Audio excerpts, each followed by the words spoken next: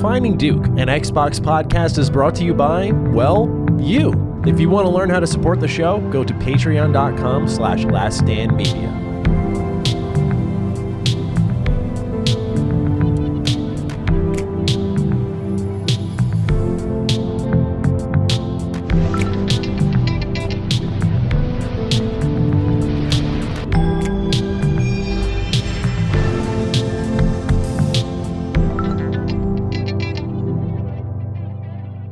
Salutations, everybody. It is Maddie here today. Welcome to episode 222, lots of twos, of Defining Duke, an Xbox podcast. Today, as always, I'm joined by the man who, even if he went all digital, he wouldn't charge you $90, Lord Cognito.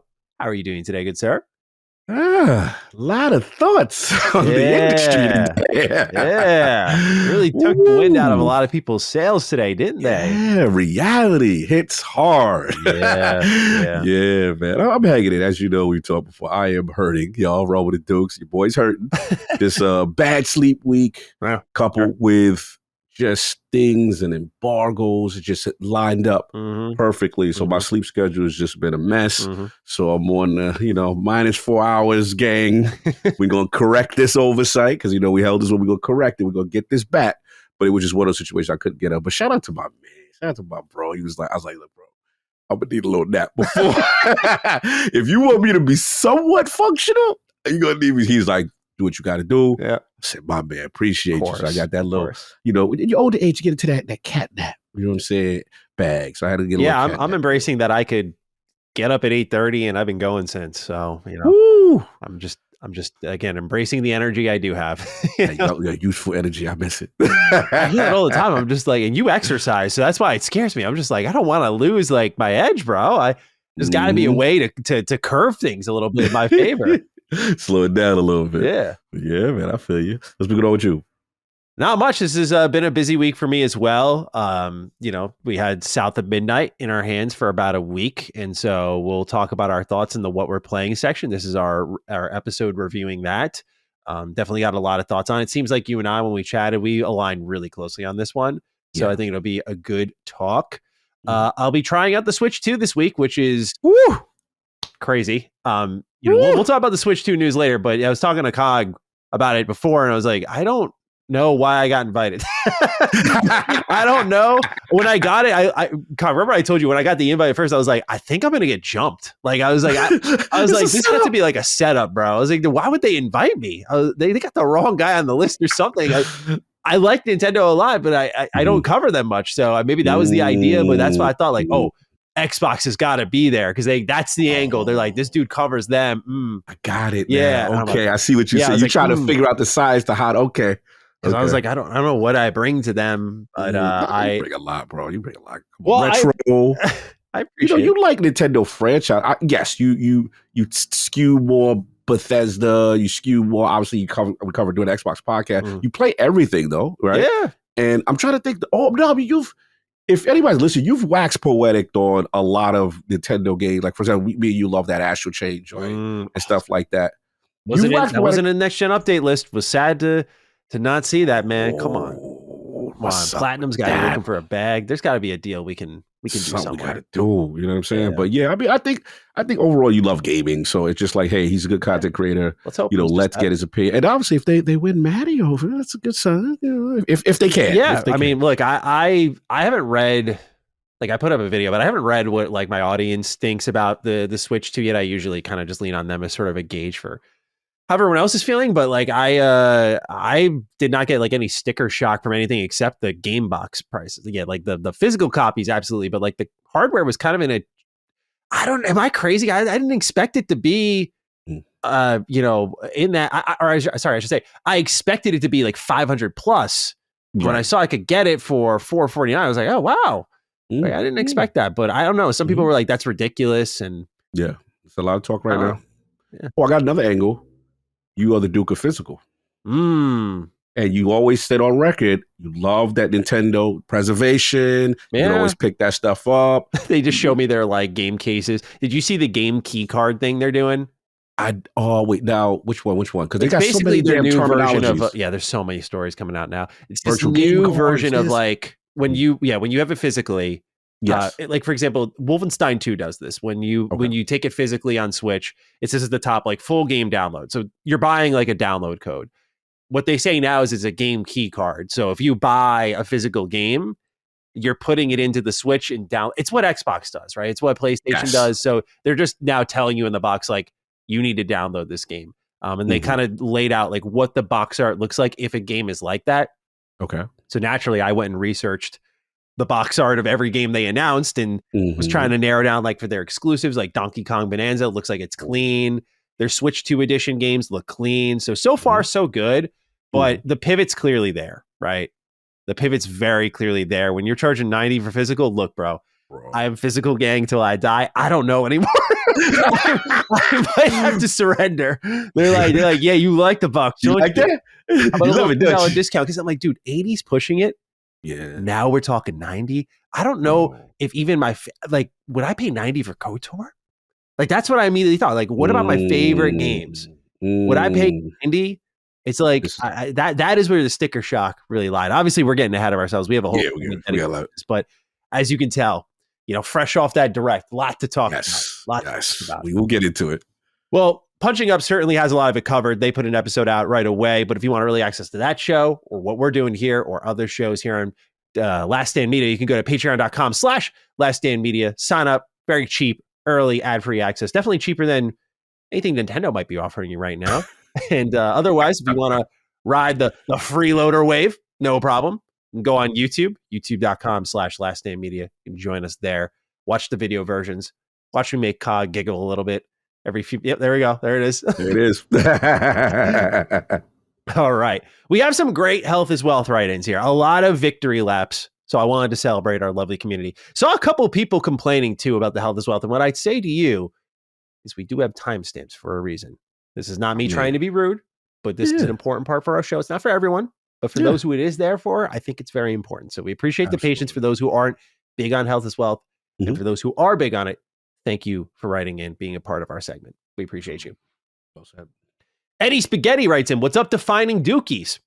First and foremost, I want to thank you both for always making time for Health is Wealth.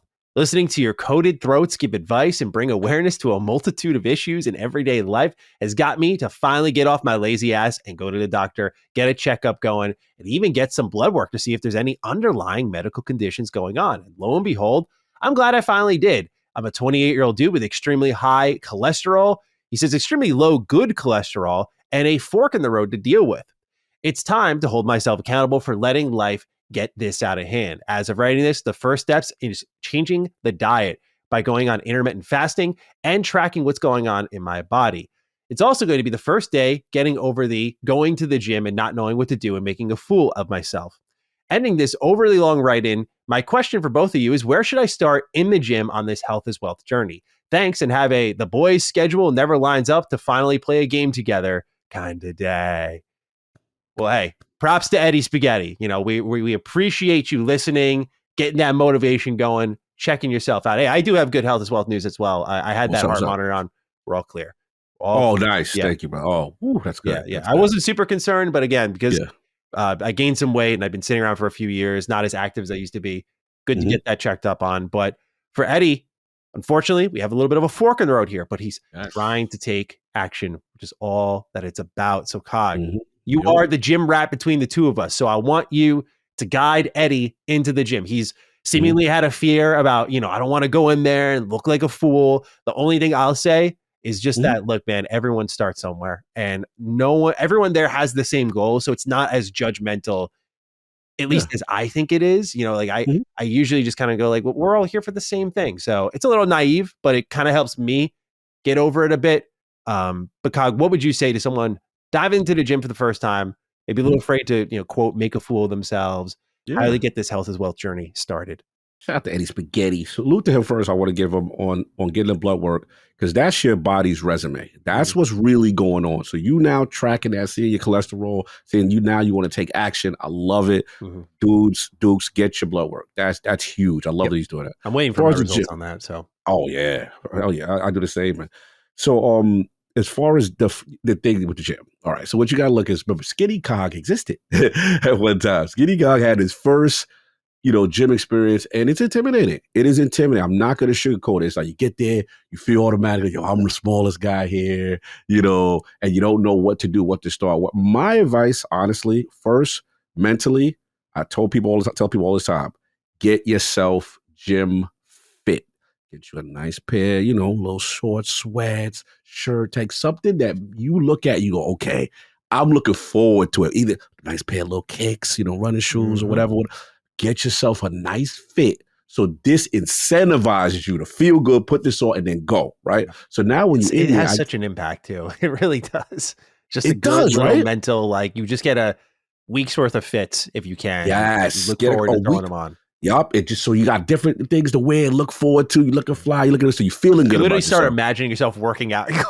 It's the funniest thing. It's so funny, right? We do that. We straight up do that. Yeah. And then I think for me, my advice, if you try to save, I don't say save money, like there's nothing wrong with a personal trainer, I feel, in the beginning. You know what I'm saying? Like because you're like, hey, I don't know what I'm doing. I'm just trying to get a feel. Now be careful of the hustles out there. There are hustles. Yeah. You know what I'm saying? But if you just want to do stuff and try to get a correct form, there's nothing wrong with it if you got the bread. Now, if you don't, that's cool too. Would highly recommend it because I'm the same way.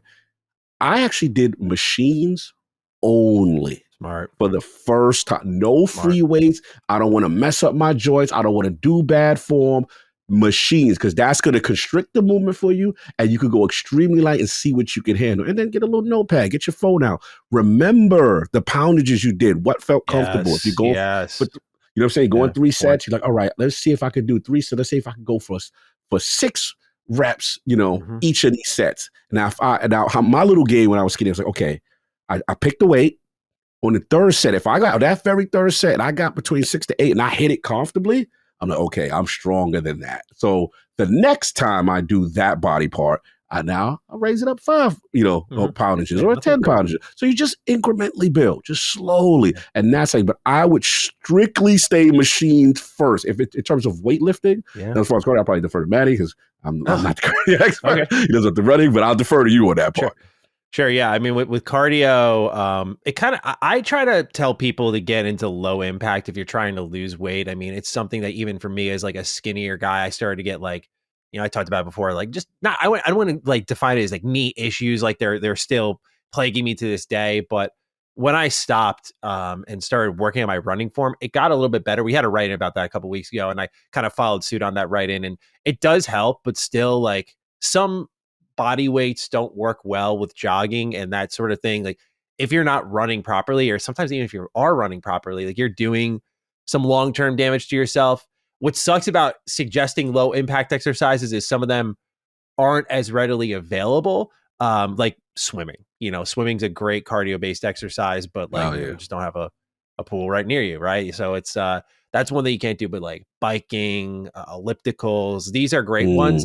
The challenge with them though, it's something I've noticed is I work up more of a sweat when I'm running because you just get into a flow state and you're just moving your legs and you're just going and then you're sweating. It kind of just happens as long as you keep pace. With biking, I've noticed it's easier for me to sort of let off the gas at times. Coast a little bit. Yeah, like it's almost like it just happens in the background. Granted, I have a Peloton. What's great about some of the newer Pelotons, and again, this is like if you've got money to spend, I didn't. So I got like a really good deal on mine. I got like a lower budget one, but the new ones, like they automatically change the resistance based if you're on hills and like on the screen or not. And like that'll kind of, I think, keep you accountable automatically. So if you have that money, that might be actually a good option for you. I love my Peloton. Otherwise, you are like manually adjusting it. So what I've done to circumvent that issue is I turn up the resistance high and I just pedal. And that means even if I start coasting, you are still pushing. Feeling that resistance, hard. Yeah. Like if I start to catch myself slowing down, I turn it up because now I'm like, okay, you're going to go slow, but you're going to work a little harder for each pedal. I get you. That's a good one. Just to interject, that's actually great because for me, the flip side, when I'm doing like, say, for example, treadmill, right? And when I'm getting tired, I'll do high interval. It's called HIIT, like high interval impact training, like 2 minutes higher and then 2, kind of coasting. But also sometimes that resistance needs to be higher. So just so that even if you're going slow, you're like, all right, I can't maintain the speed that I need to be faster, but let me put the resistance up so that you're still getting a push, even if it's at a slower speed. That's actually great. I've actually done that before. I know it's typically a machine that people associate with women, but Uh, Stairmaster as well, man, like that thing will kill you in 5 minutes. No exaggeration. These are great machines that are, I think, lower impact or exercise you can do that are cardio based that will get your heart going, get you sweating. And that's the goal, right? Like for me, I used to be I call it a tough sweat. Like it was just so hard for me growing up to break a sweat. Now it's not as much of an issue, but like, that's the goal, right? Is to get that like face drenched. If you can drink lots of water, but like just get that sweat going. And obviously break it up a little bit. Like consider if you're doing, a lot of people don't like to marry cardio with strength exercises. I admittedly haven't researched it deeply, but I do recommend at least like breaking a sweat on cardio, even if you're doing strength training, to just get your body warmed up.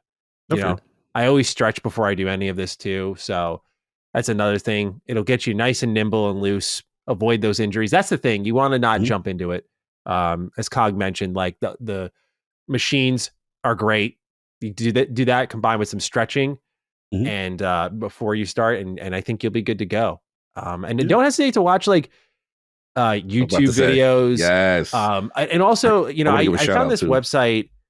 It's like superhero training or something like that, but for lack of a better term, get corny with it, right? Like I told you about this. My workout sheets when I was lifting a lot and I was seeing really good progress before I hurt myself was I loved assigning my workouts based on anime characters that inspired me. I know I'm about to turn 30 this year. You're a fucking cringe lord, Maddie. I know. But you know what? It worked, bro. I got in that gym. I was like really motivated. I was really inspired. Like the music worked with me. Like it became a vibe. It became a lifestyle. And like, that's what you want is you want to have those days where you don't go to the gym and you're like, that feels weird. Like I should be there right now, or I'm thinking about it now. And I think part of it is customizing the experience to you and your taste. And for me, I was always trying to be like, listening to like Kendrick Lamar and just like wearing sports clothes. And I'm just like, no, bro, like I'm putting on a Dragon Ball Dry Fit. I don't care how goofy I look. I'm listening to gaming music out there.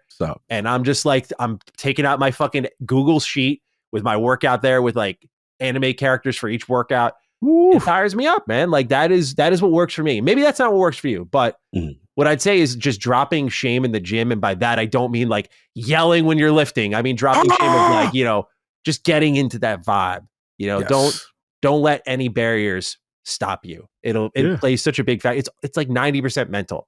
You'll eventually get to that point. It's mostly mental, just getting in there, doing your job, and then you go home, Yeah. No, inspiration is huge. Like you said, whether it be from gaming, me, obviously many know me with the gaming music and stuff like that. All with his iPod, nonetheless. You know what I'm saying? I finally done retired in a bed. And I'm Duke of Spotify. Down with the Dukes. You know what I'm saying? I had to go digital eventually, all the way. See my streaming service. But I love it because now that I got the whip back and just using Android Auto. And going seamlessly from phone to the gym and having my. You're living in the future now, dude. I'm in the future. No, I made it. It's been like 2005 for like so long. I've been old school for a minute. I've been holding on, bro. You know what I'm saying? So yeah, I would say that. And then I want to shout out my man. What you said. First of all, I want to shout out what you said about inspirations.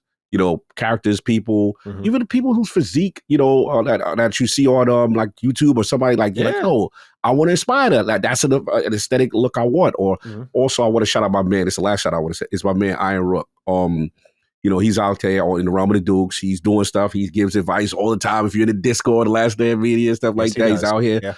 Boy, help me out. You know what I'm saying? Recently, because I was like, another thing that people don't do is attack your weaknesses. I'm like, yo, I'm not happy with my calves. I'm just not, right? So, all right, let's try something else. And it's okay to take advice from different people. You know what I'm saying? See what's up. And he was like, yo, Cog, I think you fall in the slow twitch gang. And here's some dude, try to do instead of your 10, do 30. And then we doing my feet positioning and all this stuff. Bro, I was feeling the burn. I was like, okay. I had him. I was like, this new joint, so far, so good. So yeah, do that. That's awesome. Take your time. And last thing, listen to your body, because you're telling your body to do something it has not been doing. So like you do go day one, you may need that rest day between sometime when you first starting out, because your body's like, hey, bro, we used to chill it. What are we doing right now?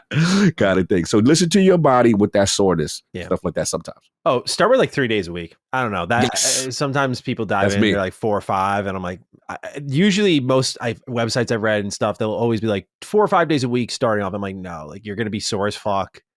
Just get it, like you'll get to that point easily. Yeah, you'll build it. Build into it. Yeah, 3 days a week for a little bit. All right, Dallas Reynolds, our next write in. Hey, Duke boys, I just wanted to give a quick mental health is wealth update for y'all.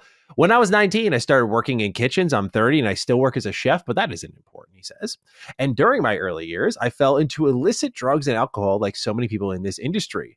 But after working on myself, it's been 4 years since I've touched anything stronger than weed or beer. And even then, I hardly do either anymore. Y'all have helped me a lot with the health is wealth joint. I'm probably just sipping tea and painting Warhammer models while listening. If you're reading this on the show, love y'all and keep up the good work. Well, we love to hear that. A little mental clarity for Dallas. Congratulations, sir.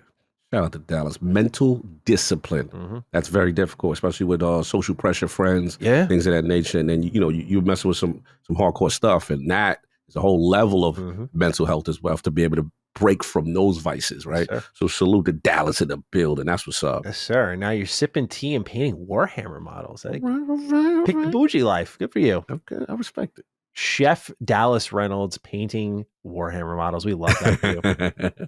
A-Train up next. What's up, Dukes? Had a much different write-in planned before events occurring yesterday. One of the mental health is wealth sort. I've just recently retired from playing football overseas for 12 years and was curious where the Dukes thought I could put my energy with my newfound free time. But turns out I'm going to be a dad at 35 years young, which after one miscarriage and 6 years of trying to start a family seemed impossible, which had put me in a dark place for many years. But for the first time in a long time, I feel over the moon with where my life is headed. So I just want to say thanks to the both of you for talking about mental and physical health. It caused me to look inward and really open up to my wife and talk about things I normally wouldn't. The old school days of suffering in silence have to go. My dad will be able to see me become a dad, which is one of the coolest things ever. 2025 ain't so bad. Salute to the Dukes. Thank you, A-Train. This is amazing, right? That's awesome. That's fantastic, bro. Yeah, shout out to, again, about to be a dad, you know what I'm saying? And shout out to the honesty, the transparency, when you put yourself out there with what you were going through, and as a family, try to start a family, and I'm super proud. You're about to have a young one. As far as energy with your new friend, there's this cool podcast that you listen to that they actually play like some games here and there. So maybe you could sneak, a little game system, a little portable or something, maybe, before the little one comes. When the little one comes, it's about to be a wrap. Yeah. But this is dope, man. Salute to A-Train. Yeah, absolutely. Congratulations, A-Train. Keep us updated. Yes. Adam Nix, last write in before we get into the news. Howdy, Dukes. This one is for Cog. He mentioned last week he sometimes has a sweet tooth craving and feels as if he's undoing the good work he did that day. Well, my good sir, I may have an answer for you. Get roughly a half a cup of good grass-fed yogurt, either normal or Greek, but unsweetened is a must, a teaspoon or so of good honey, and some diced fruit like strawberries works great for this. Mix all that together and you've got yourself a fairly low-calorie sweet treat. My biggest challenge with this is not letting my 5-year-old son take it from me. Spoiler alert, he usually does. Take care and have a not all sweets have to be bad kind of day. How about that, Cog? You going to be doing this little yogurt mix here? I'll give that a shot because I like Greek yogurt. I like honey, right? So, and fruit, I just got to get the diced fruit on deck. But that's actually a good mix because, especially for me, Greek yogurt is especially good for people who suffer from diverticulitis. You want something with good probiotics to help your stomach and your intestinal health. So shout out to my man Adam. I'm going to give that a shot, man, because sweet tooth cog is a problem. You know what I'm saying? And we got to work on this. But yeah, I actually like Greek yogurt a lot. So I'm going to give this a shot for sure. I'll report back. Good stuff. All right. Sounds good. Mm-hmm. All right. No more write-ins. Time for news. First one up here. In a week of handhelds, Xbox had a handheld teased by ASUS. If you go to their Twitter account, they said their little robot friend is showing off something new pretty soon. And Xbox responded to it with that little puppet looking straight and then looking to the side. So we know what this is. Cog, any thoughts on the official teaser from ASUS? Yeah, they are cooking. They officially, the scheming has begun. All the speculation seems to be 100% true, is that they're going to be some form of an Xbox, themed handheld from ASUS, most likely with a potential subsidized price. Now we just got to see specs wise, how does it play comparatively between the Steam Deck, base ROG Ally, ROG Ally X. You know what I'm saying? Because a lot of people hit me up like, Cog, should I jump? I was like, let's see. You know what I'm saying? Let's wait. But I think if you're a ROG Ally guy, this base one, not X, this may be the way to go. We got to see what they're doing. But I'm excited, man. I'm excited about to see, what it seems like Xbox doing a lot of pushing into space. Shout out to them. I put up if you check my Twitter account, they shout out to Xbox. They sent me the backbone, the new backbone. You got it, right, bro. It's kind of clean. I was kind of, dude. Okay. I feel you on that. I was using it last night, and I usually take my handheld to bed. And I was like, you know what? I gotta try cloud gaming on my phone again. And I broke it. I was like, yo, this is a game changer. I was like, this thing can sit right on my night table, and I can bust out a game real quick. I was playing Mullet Mad Jack. I was playing Citizen Sleeper. I was like, this is fucking great. I've been looking for a cozy way to play indie games. And I'm like, once it's that time of night, I no longer can look at my phone like my phone. It can be a gaming device. So it was that moment of you see the vision and you go, this is great. So I was having fun with it. What were you playing on it? I'm the same thing. I played Assassin's Creed Shadows. Oh, yeah, you're playing the new stuff. All right. So basically what I did is, because basically the device, you could use it almost as remote play to your Xbox, right? So I think that's the first joint, a lot of people will do. But then I noticed there's a Xbox Cloud, gaming app or whatever. Yeah. So I went in there and I said, okay, let's see what's all the titles that's available on cloud. And bro, it was great. So I saw so much. Bro, I haven't done cloud streaming in so long. Yeah, I've always done remote play, but when I fired up the app, they're like, pick up where you left off, Atomfall, Avowed. I was like, damn, this is fucking awesome, dude. I was right exactly where I was at in Shadows. I was like, yo, moving around, I'm checking the control. I would say the only nitpick is the analog foot, is a little loosey yeah, on the left. I get you. Yeah. For me, I was playing Mullet Mad Jack, and this is a first-person shooter, literally about dopamine rushes, and it's about the internet and the world have merged together. So you have to get kills to add time to your clock, so you're entertaining this audience. You're live streaming, and since it's so fast paced and every kill you get's got to count, the right trigger's just, you can't even hear me clicking. It's so soft. Oh, nice. It's so soft. So I don't like it though. That's the thing. Is you don't like that? That was what led me to Citizen Sleeper. I was like, this is a great game, but I need a control. I need this. Right. Got you. Yeah. A full controller. But then I went to Citizen Sleeper and I was like, oh, well, I like this. It's like reading a nice book before bed. Yeah, bro. And it's so, bro, you could put the whole phone case in it. I didn't normally, bro, you just boom and boom, connect USB-C. Loading a gun, man. Yeah, it's you know what I'm saying? So you got the strap. Go get the strap, Maddie. Go get the strap. You know what I'm saying? So yeah, and the last thing I will say is that I do want to put it through the ultimate test. Got a doctor's appointment Friday on a follow-up. I'm going to take it because there's a part of me that does like how small and compact it is. Yeah. Versus okay, let me bust out the Ally. Yeah, taking the ROG Ally, the tank. Let me look for. I make sure I got a power supply that far. You know what I'm saying? Let's be real. These high performing handhelds, the battery life is not great. So again, I like what they're doing so far in the cloud space. But yeah, we're gonna see what's up with this handheld, and I just wanted to shout out the Backbone. You know what I'm saying, because we did get a chance to check that out here. All right, Cog. This next one, we've been waiting a long time for this. Sales numbers. Oh my God. Okay. Thanks to Alinea Analytics, we have sales numbers for Xbox games on Steam and PlayStation. No Xbox sales, but it can at least give us a gauge of how some of these games are selling as of late March this year. So let's start with Sea of Thieves. On Steam, it has sold 13.3 million copies. Meanwhile, on PlayStation, it's pushing close to 2 million at 1.8 million. Grounded has sold 4.1 million copies on Steam, and over on PlayStation, 436.5K. Not too shabby. Now we move over to the really interesting one. Hi-Fi Rush sells 697.2K units on Steam, with 137.3K units going to PlayStation. So if you include Xbox sales, if they're there, I don't know if combining for 1 million sales is really that bad for a game of that size and scope, but I could be wrong. Seems like good money to me.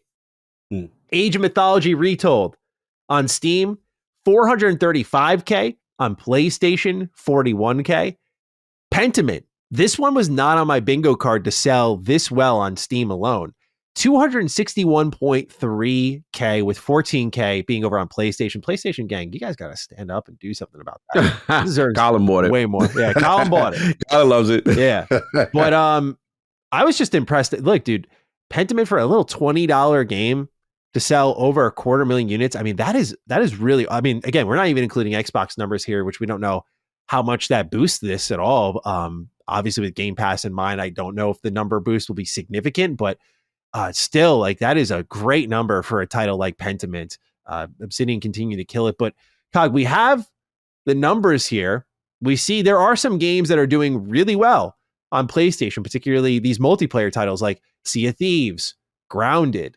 Hi-Fi Rush didn't do, I think, too shabby, but I was hoping for more here.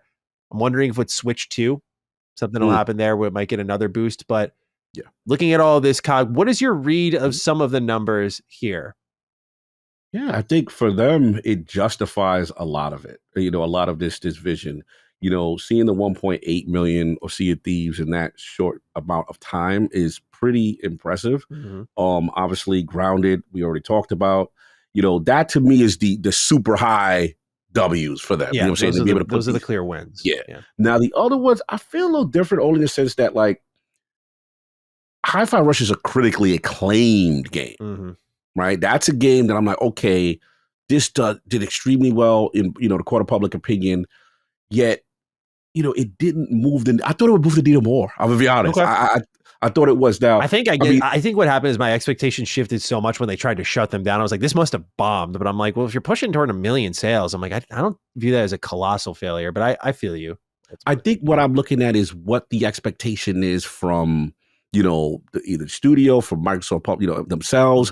They're looking at, like, hey, we got a hit. This should do more. And then, hey, we bring it over. I'm actually, I thought that's on Steam, it would be a little bit more than that, to be honest. I thought they would maybe crack a little mil, whatever. It's Hi-Fi Rush, but maybe it's the genre, maybe it's the style of game because of the rhythm. I'm very curious. The shadow drop in the day one game. Yeah, the shadow drop, you know, we got that. But yeah, it is interesting. Now, Age of Mythology, I'm not going to get too crazy because that, you know, obviously, what is it, RTS, stuff like that, Pentiment, smaller game. Look, it shows that the experiment is worth doing, right? You're still extracting value and monetization from these older titles that you're now putting over. So I don't think they look at it as a deterrent, but I will say it is interesting that this is what I get from this. We're going to put our high reviewed stuff over. I don't anticipate Redfall coming. I don't anticipate, you know what I'm saying? Like, I don't anticipate it's like, hey, we're going to show you only a few of our best things, see how you ingest that, and then from there move forward. But multiplayer definitely seems to be a thing, and we will assume that from the early stuff from Forza Horizon and Indiana Jones from a pre-order standpoint on PlayStation, that looks like it's trending very well. So I think overall, the vision is a success short term with these data points. I'm just curious now if there's going to be a delineation with some of our 70 to 60 metagames that didn't sell, and maybe we don't push that as much on other platforms. I also wonder if the niche games aren't selling this well. We don't know really how much it costs for a company to, you know, create a port for another platform. If you're looking at, like, Pentiment is like one of those first 4 experiments, right? It was Hi-Fi Rush, Pentiment, Grounded, Sea of Thieves. And Pentiment, it's like, do you look at that and just go, like, why the fuck would we ever bring South of Midnight over? Why would we bring Hellblade over? Like, do they look at those types of games now and go, maybe not so much? I know Pentiment's maybe an extreme example, but I think even Hi-Fi Rush is one we could look at and go, like, 137K is like, look, I wouldn't be upset, but I also am not Microsoft, and I totally get why they would be like, what the fuck? We need to get more than that. So I wonder what the floor is for them for, you know, if they look at this and go, okay, let's do Halo, let's do Gears, Starfield. Like, we have plenty of big ones we can bring over, but maybe leave things like South of Midnight. I don't know. I don't know what the business rationale is, because, again, you look at these sales numbers and they're not great for corporations that need millions and millions. But I guess on their own, if a company's like independent, they're totally fine. Oh, yeah. But just, I do wonder how they respond to those types of numbers. Clearly, the bigger franchises that they've invested in, like Grounded and Sea of Thieves, they're like, we're going to do more of that. Anything that's multiplayer, they'd be stupid not to. Yeah, for sure. I think so. Because I think the PlayStation audience is showing, hey, we want that. We will support that. Yeah. Again, shout out to Grounded. 4.1 million on Steam is very impressive. What? Yeah. Very impressive.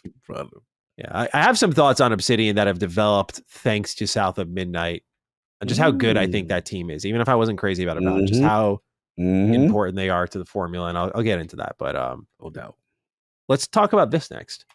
Tom Warren joined Xbox 2+1 to discuss all things Xbox, and it was there that he divulged why Activision games may be taking a while to come to Xbox Game Pass. Quote, I think a lot of it is just because it's so complicated to look at those older games and get them into Game Pass. Some of them are not even modernized, so it's like getting them on the cloud safe platform and all that sort of stuff.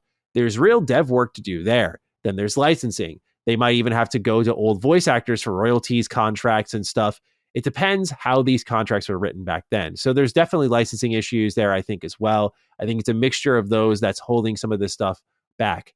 They've done some, and I think they'll just roll as and when they are ready. I don't know if there's going to be a big drop of any kind, end quote. So there's a pretty good insight there from Tom Warren, who's been known to leak a lot of things about Xbox. Did you have time to actually listen to some of the other things they said in this episode? No, I actually missed this one. There was this one. Yeah, it's a good episode. I was going to say, we talked a bit about like what Xbox was going to do with Halo and when they poured it, and Tom seemed to indicate that they're not going to do the full collection, but like, I don't know, it sounded like piecemealing it. Like, I don't know. And based on the Switch reveal, it looked like, a lot of reporting may be true because, we were under the impression that there would be a huge presence. And at least a minor one. Yeah. We're going to talk about that.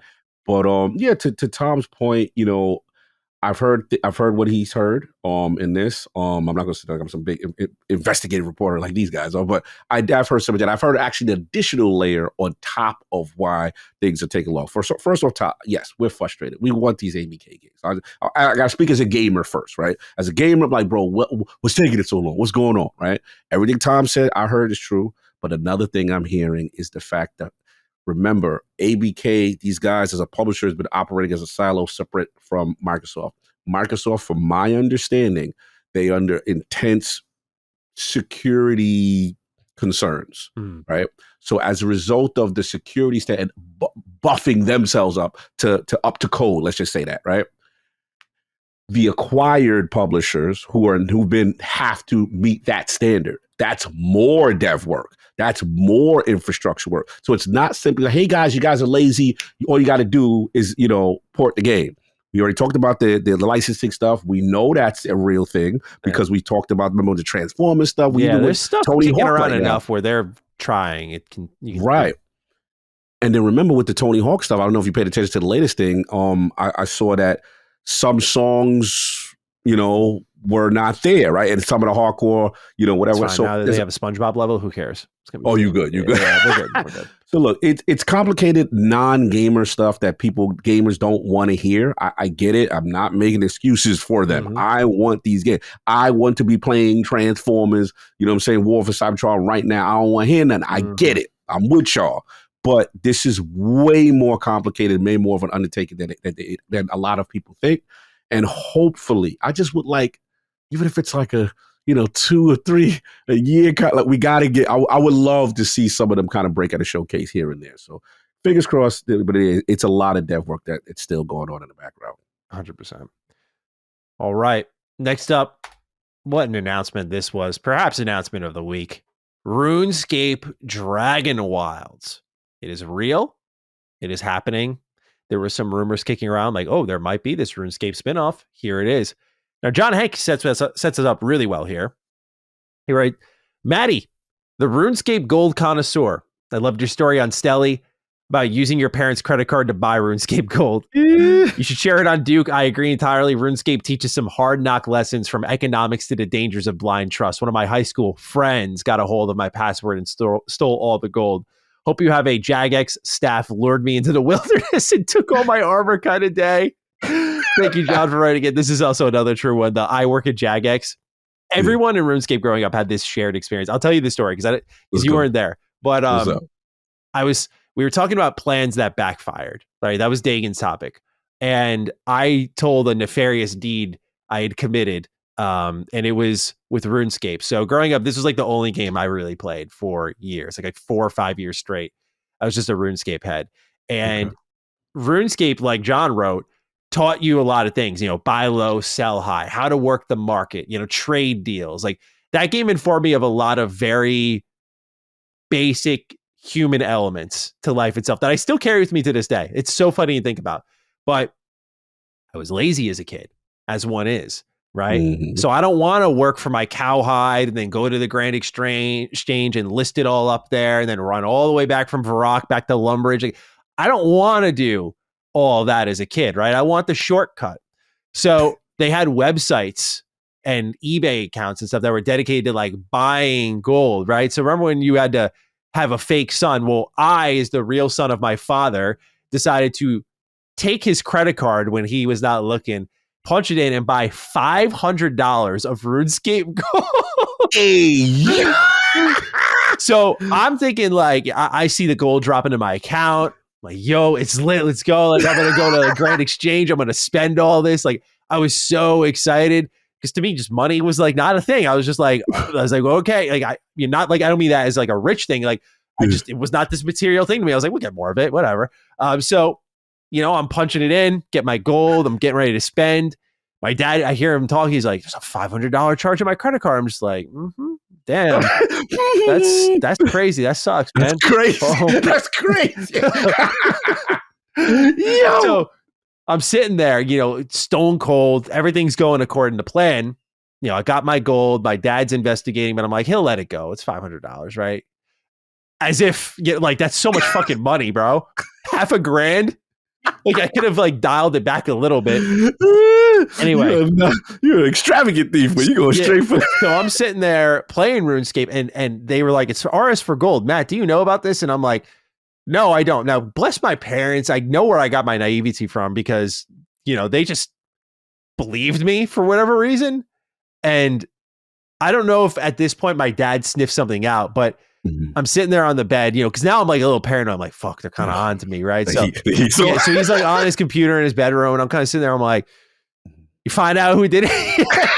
I'm like a serial killer, right? Like I'm here close to the scene of the crime. He the murderer. Like, yo, so did you talking to the detective? You hear the detective? Like, yeah, you find out who killed him, man? Like, that's crazy. Whoever did that must be psychotic. So, talking to my dad, I'm like, you find out who it is? He's like, I just always will remember this. He looks at me. He's like, no, but whenever we find out who it is, they're definitely going to go to jail for a long time.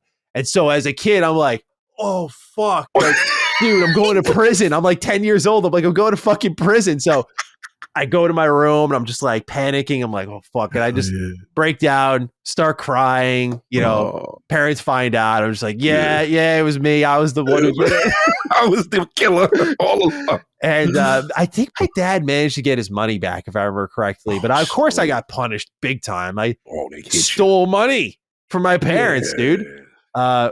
Unbelievable. But that is, RuneScape for you, right? That is a wild. So that's the funniest joint I've ever heard. Yeah, that is my RuneScape experience. At least one little quadrant of it. Yes. But I have so many memories with this game. That is one of my core ones. Yo, this is great, man. No, salute to you. Those are the learning lessons. Look, as kids, we all had those moments. Mine was like me and my cousin, not King, but it was another cousin of mine. Shout out to my man Black Magic. Like, I remember our little young and naive heist was G.I. Joes, and we just couldn't afford them. And because Colin remember, those G.I.s were so popular, man. And we just kids, we didn't get no pocket money. And my cousin came up with a harebrained scheme to take money out of the aunt's purse. And I was like, so how'd you get it? He's like, yeah, don't worry about it. They're not going to notice. And let's just go. You want to buy the cake? You want to buy some toys? I'm like, yeah, let's go. Yeah. So the thieving lessons were learned very harshly. Mm-hmm. And it was swift. Punishment was switch. Obviously, there's the investigative phase. Yeah. Right, and then you, as a kid, that your first lie, and because your heat's on, you don't want to, and then you're trying to see what happens in the investigation, and then it's like, yeah, it's you, and we know it's you, and y'all on punishment, and it's on. And back then, punishment's a little different, just a little different the way kids were handled. Let the lashings begin. So that we learned quickly, thou shalt not steal. Yeah. It was coming up in the world. Yeah, I must have had like a kleptomaniac phase, because when I was in second grade, I remember walking by, we had like it was like a school sale kind of booth, right?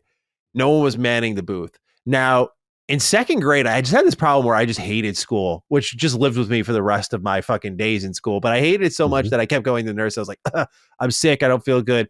They let me go home like 3 or 4 days in a row. I was like, yo, this is like a cheat code. Like, I'm going to keep going home, right? Until my mom was like, you're fine. Like, we know you're lying, right? Again, my parents are nice. And then I pushed them too far. They're like, dude, stay in school. So one time I remember walking by this, school sale booth that was near the nurse's office. I remember like, bro, I was clever as fuck as a kid, because you were very clever. I remember like lining up the angle where I was like, okay, the nurse's office has an eye on it. So the first time I walk by, I know my body's not blocking it. So I walk by, I go to the bathroom, calculated shit. On my way back, they had a Pedro Martinez bobblehead, right? Ooh. Remember when the cereals came with those little mini bobbleheads? Yes. That thing was 10 cents, by the way. So this is just some poor ass shit by me. I'm like, I'm going to steal something worth 10 cents at the school store. But yeah, I was getting my Dishonored on. You saw the hands crawl out, grab the object from the environment. But yeah, I swiped that real quick. Got caught too. You think I'd learn then, right? How'd you get caught on that one? I think it was in my backpack. It went missing. They're like, well, no one bought it. And so my mom found it in my backpack. She was like, Matt. I was like, yeah, you're right. Yeah. I'm such a better person now, man. we've come a long way. We've grown. Yeah. Fun stories. Oh yeah, but Dragon Wilds, right? Sorry, I was about to Dragon Wilds. Sorry, we got to switch topics on y'all. Sean Mason did write in saying, "Hey Dukes, this one's from Maddie. I've never played RuneScape myself, but I know you spent a ton of time on it back in the day. So I've got to ask, how hyped are you for RuneScape Dragon Wilds? Will you be there day one? Are we about to witness your full return to RuneScape madness? The Duke audience needs to know now." Thank you, Sean, for writing in. Yeah, we'll definitely be there. I fucking love RuneScape, and I do think the idea of this co-op survival game, I'm sure they're going to just take pages out of the books of like Valheim and whatnot, but whatever. Like RuneScape Code of Paint, I'm good, man. There's just a charm to that universe, that music, art style, the armor that you can, like the idea that I could get like gilded, like black armor in this game, like some high quality loot from a crafting in this game. There is such a deep association with many people and like their RuneScape loot, like the dragon armor, the dragon dagger, the poison dragon dagger, the special attacks. Like there's so many things in RuneScape that they could do with Dragon Wilds that I think fits so well. They even got the architectural style down of like buildings that you'd see in RuneScape, which you'd hope they would, but just seeing that immediately, I was like, oh my God, this could be great. So it's early access this year. I mean, it looks pretty sharp for how early it is, but I do want to check it out. I'm not an early access guy, but I was a RuneScape guy growing up. I quit my thieving days, and I'm excited just to see what's going on nowadays with spin-off. I've jumped back into RuneScape before just to kind of dabble, nothing too crazy, but to see they're doing like console games and stuff now, it's kind of amazing how long it took them. But I'm pumped for sure. Oh, that's dope, man! Shout out to the RuneScape community. Get what y'all want. It looks good, man. It will look good. This next one, I feel like you should have a lot of thoughts on. Star Wars turn-based tactics game. We got a first look. Have you seen these leaked images, sir? Bro, thanks to you. I didn't even know about these joints leaked. And yes, I just saw it. I did the a little bit of the research on Bit Reactor. Former Firaxis guys. What? Former XCOM You see that guys? gameplay? Yeah, bro. Yeah, what I see. Yeah, the idle animations in color, Overwatch ability. I'm like, yo, if Cog does not love this game, I'll be so shocked. Bro, y'all already know I already feel XCOM 2 is the GOAT as far as turn-based, specifically War of the Chosen. the fact that these are the devs that worked on it, ex-devs that worked on it. From Firaxis, my favorite turn-based studio. Mm-hmm. And now they have a Star Wars license. And then when I saw the imagery, the screenshots, and also Respawn is with this, right? Yeah, dude, this is like your game. Bro. This is everyone's here. This is, and you talking that now. And I said the only issue with probably the XCOM series, if you want to say, is that okay, lore wise, it wasn't super heavy. It's the aliens and whatever. Yeah, you throwing Star Wars. There's so much potential here. This right here is a marriage made in heaven for me. You should have never put me on to this. Like, I am going to be all over the socials. They're going to know about me. I am going to be the biggest supporter. Whatever goal they got to reach, I'm going to help them reach it. And yeah, this is a dream style collaboration with the studio and the style of game I've been waiting for. Because the problem is, unfortunately, Firaxis, you know, even though XCOM, they're the civilization studio as the hierarchy, and I don't know when I'm gonna get XCOM 3. Yeah, so I just go get the itch. I was looking at the images, like they had Bo-Katan as like one of the characters like in cover. She was like a support class. They had like combining Overwatch, like they had the double vision cones overlapping. You could see Jedi. I'm like, this game could actually fucking rule if it's exactly what we hope it's going to be. You know? Only thing I'm a little, I wouldn't say concerned is the right word. I'm gonna remain open minded on is that hub base. It looked kind of, it didn't. You know, what I love about XCOM is like the home base and the base building and stuff, and that didn't look like much. I could be wrong. It's small. I actually won't. I'm gonna be a little bit more optimistic. Like, this is classic imagery of what you would look at on the main screen, and then you'd have like boxes over it. So I think they just had a zoomed in picture of like the command center or whatever they're at, where they're going to build a base. I'm pretty confident that I will be shocked. I will say this. I will be shocked if there's not a proper overlay, like base building mode, top layer. You're probably right. Because to be fair, these were leaked images from 2023, I think, early 2023. So UI, UX, that sort of stuff still gets ironed out pretty late. So I think there's a good chance that it could look different. But I mean, for what's there, I'm so excited. This game could like destroy us both, bro. This might be the next Midnight Suns. Like, this really, but yes. I'm telling you, it's that type of energy it's giving me as far as my excitement level. And now if they pull off a good story, because that's another thing Midnight Suns did actually pull off a decent one, and you would be the judge because you're the Star Wars guy, right? Where's the universe at? How they got the major players? Is they linking? This makes sense. Like, they tell a nice, engaging story. That'll be. I kind of hope it's like crossing all these eras. Like, that's what I'm really hoping for, because this game just had, like, I don't know. Obviously, setting it in like Clone Wars era, you see Bo-Katan, so I feel like that's probably what they're gonna do. But if they like brought characters from all these eras, like you had Old Republic stuff, like I just think this is a game where I would almost be down for live service, because I'm like, yo, if you just like keep adding eras of Star Wars to this thing, that'd be so cool. But I imagine based on the characters we saw, it's going to be Clone Wars oriented exclusively, which is fine. It's a really good fit. This is dope. All right, this next one coming out pretty soon. MindsEye. This is from Leslie. Oh, his last name always escapes me, but former Rockstar North guy, savior of Red Dead Redemption to be specific, like went on to go make his own team after leaving Rockstar and a lawsuit and all that stuff. MindsEye is that game. We got a story trailer again. It's coming out June 10th, so not far from now. Obviously, he wants to beat out GTA 6. This, for those who don't remember, is the trailer where the dude was just shooting cars constantly and blowing shit up. I'm trying to keep an open mind to this game because I feel like it could be good just given the name behind it. It just looks kind of generic, that's what you're saying. It just looks like dude bro-ish, where they're trying to like mass market by blowing stuff up, but they're not really selling the characters or the world or anything like that. But some of the presentation, like the seamless transition of a guy getting out of the car and then taking cover in real time, I'm like, that is GTA. That is Rockstar quality. But you don't have that Rockstar budget, that Rockstar timeline. So I'm interested in this one because what people are going to size this up to, no doubt, is GTA 6. But there was a time where Rockstar didn't have a stranglehold on like crime-centric open world games, and you get a Saints Row, a Sleeping Dog, and they weren't GTA, but they were amazing for their own reasons. So I hope MindsEye can kind of find itself in that pocket. And I hope more games try to do Rockstar style things, although that is a huge ask. But coming out June 10th, do you have any interest in it? Yeah, it looks decent. I mean, I'm with you with the you could definitely see the GTA kind of sensibilities and stuff like that on certain things, but that it gives you that blockbuster. It's got a little bit of Michael Bay explosions, a little bit of, you know what I'm saying, over the top cinematics. Sure. The key is going to be if they tell a good story. This was the one that I believe debuted at the PlayStation State of Play, I believe. Yep. Right? But we found out it's multi-platforms, coming to everybody. No, it looks decent. It's going to be these characters, this world. Is it believable? How's the writing? How's the voice acting?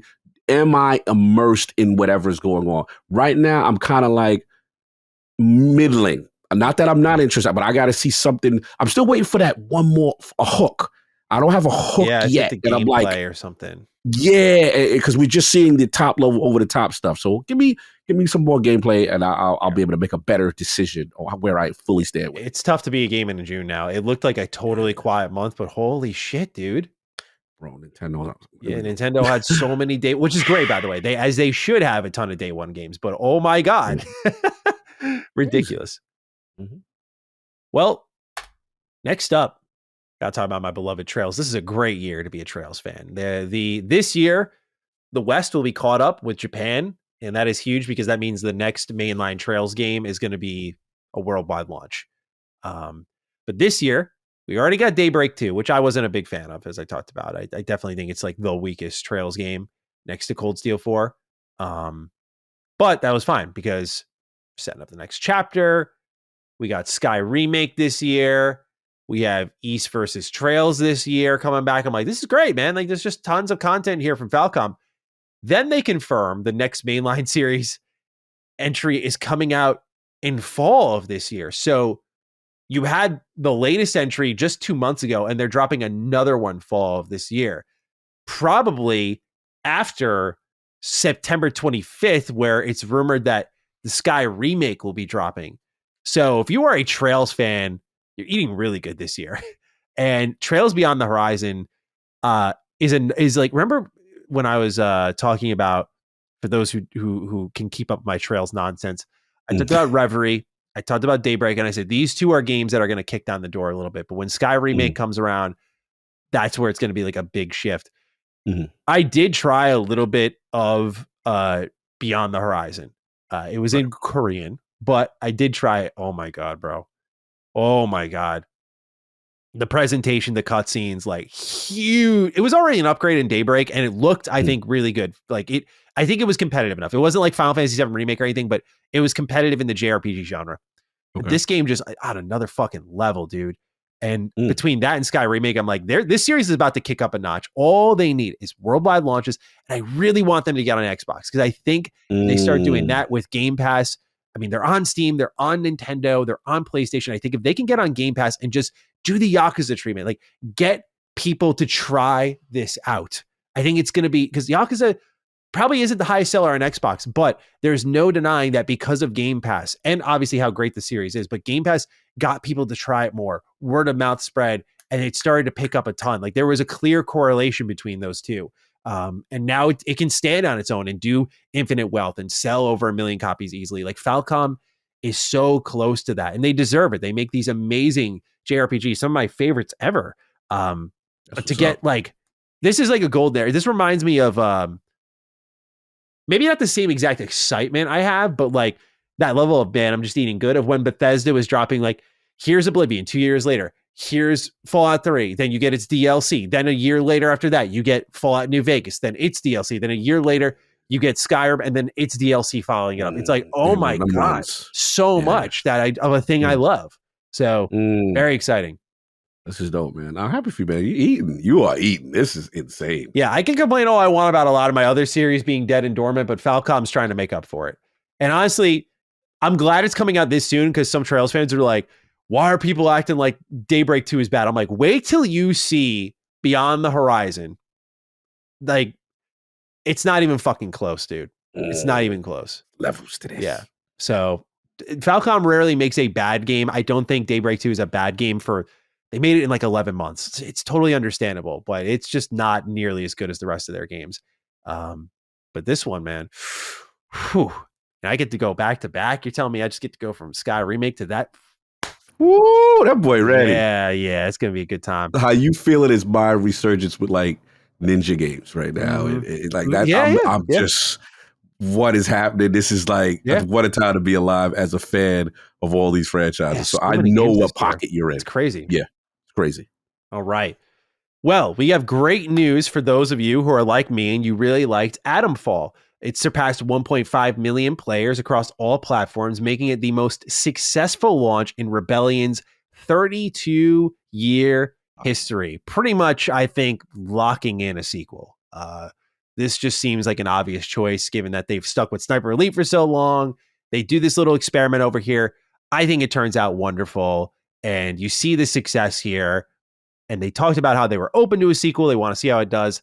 If it is the best performing game in your company's history, I mean, that is a really, really great sign and well-deserved. It's an awesome game. So I hope people do continue to check it out. But Cog, what do you make of these numbers for Atomfall? I'm actually super proud of it. It surprised me. Yeah. You know, I was very worried this game would get lost in the sauce of everything that's going on. The fact that it found an audience, it did well. The fact that my man was like, yo, it's giving me the vibes. You know what I'm saying? Stalker, yeah. Yeah, when you said that, I was like, oh, damn, eyebrow goes up, you know. And look, I've been following Rebellion for a while, and you know, every time I've like gone to their booths and seen teams, stuff like that, they've always been a passionate team, but I felt like they've been missing that breakout, right? To really put them next to, and it seems like Atomfall is doing so well for them. So shout out to them, man. They've always been around. I know you've been rocking, you know, the Sniper Elites and stuff like that. They've had other couple games that I thought were really cool. They've been right on the cusp, and to see this one break through, salute to the team. They needed it because, you know, when you see that 1.5 million is excellent, but for a company like that has been in business for so long, you know, people always wonder, like, why is Sniper Elite so safe? When you see that as your best game, many games just do that casually. So props to them for their patience. 32 years. I know all of that we weren't getting these types of player counts. Don't get me wrong, but 32 years, like breaking into like that PS4, Xbox One, and still hanging with it until you could really figure it out. Kudos to them, man. That's not easy. So love the patience, and it's paying off. And hopefully they do make a series out of it, because they should. It is really good, and it seemed like there is options. They do have alternative paths they can go. There is more. Yeah, I want more people to play it. I know Colin and I are supposed to talk about it sometime soon. So it's so many games, but I will get to it. And it's Game Pass jump, so really no excuse. Game Pass, and it's short. I think that's why people are jumping in. It's short. You can beat it in under 20 hours, which is like more than welcome nowadays. Yeah. All right, sticking with player counts, we got a lot of them this week. Powerwash Simulator tops 17 million players. Cog, any thoughts on this one? Shout out to my man Ben the Mail. He's the one that put us on, and to see this thing, it is surprising that this quote unquote rudimentary simulator has just taken the world by storm. And now they got part 2 coming, right? So salute to them, man. Yeah, again, especially with that kind of base. Wonder why they don't just keep supporting the first one, but hopefully the second one does even more with how you can power wash something.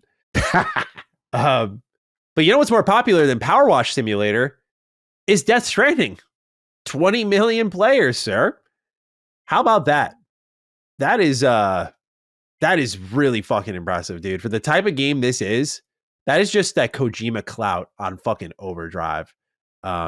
Really crazy stat here. So, Cog, your thoughts on Death Stranding reaching 20 million players? Yeah, shout out to look at the engagement. Look at this engagement. You know, as much as I have my criticisms, I cannot deny that, you know, it has more than a cult-like following. You know, people love his games, and the more people play, they say, look, man, it's special. It's a genius. And I'll see Maddie's turn, you know, went from the dark side to the light side, you know what I'm saying? You went to became a Jedi now, you know what I'm saying? I was hoping we would get like, because what's happening, I have Death Stranding ready to go. I just, because the rumor was like Oblivion remake this week. And I'm like, okay, before I get back to Death Stranding, let me just wait out Oblivion and see if it's happening this week. Right. So far, so good. So I might start Death Stranding back up this weekend is what I'm saying. All right. So, all right. Here's a crazier stat. Monster Hunter Wild sells 10 million units in a single month. How about that for a success? Bro, these are the hardcore stats. He said Monster Hunter was like, we sold, though. We sold. We did. we knew in February who the boogeyman was, in my opinion, and no surprise at all. But it's just a dominant franchise, man. It is so good. Shout out to Hogue, shout out to Brad. We were talking about it on which was Summon Sign last time I was on, and just hearing the experience from hardcore Monster Hunter players, and they really like. Obviously, they said some things they feel a little easier and stuff like that. They have little gripes here and there, but the addiction, the fun. Shout out to my boy Bontis. He's a huge I know hardcore Monster Hunter guys. Like they're eating right now. So this is again testament. What more can we say about Capcom? What more? Like they are. You can make the argument right now. Like they are the publisher. They're one of those guys. Like anything they do, they just cooking. So yeah, this is all like $7 a pop, right? Yeah, like it's incredible. What a renaissance! What a run Capcom is. They're back to full greatness at the top of the game, killing it right now. Yeah, absolutely. All right. Well, Expedition 33 has gone gold. Kind of hoping for a little slip here. I can't lie. I was praying on their downfall, but oh man, darn, we need more time because it's like, you had a delay. Yeah, like oh man, you're gonna release in like August now.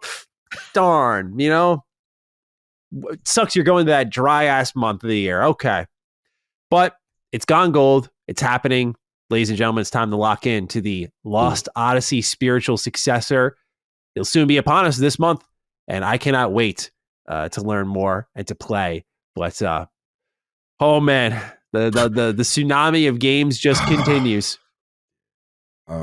In a way, I've been in the same boat as you, bro, because I was like, this is probably the most anticipated game for the first half of the year for me, and I have a ticking time bomb with KCD finishing over my head, and I'm like, I gotta get it done. I was going to talk about something, but we talk all these games, bro. So yeah, this is the next one. I'm going to be giving that the metaphor treatment. I already know what's going to happen. I'm going to go in full goblin mode. Mm-hmm. You know how it goes, and we're going to try to get it done. But yeah, they're gold, man. They're coming. It's on, man. Shout out to Expedition 33. This next one is interesting. It comes from Tom Henderson of Insider Gaming. Great dude. And he says that this year, Assassin's Creed Invictus will be launching. Now, keep in mind, we just got Shadows, and the rumor is also that we're going to get AC Black Flag remake. Now, Invictus, for those who don't know, I'll read this report here that came from GameSpot.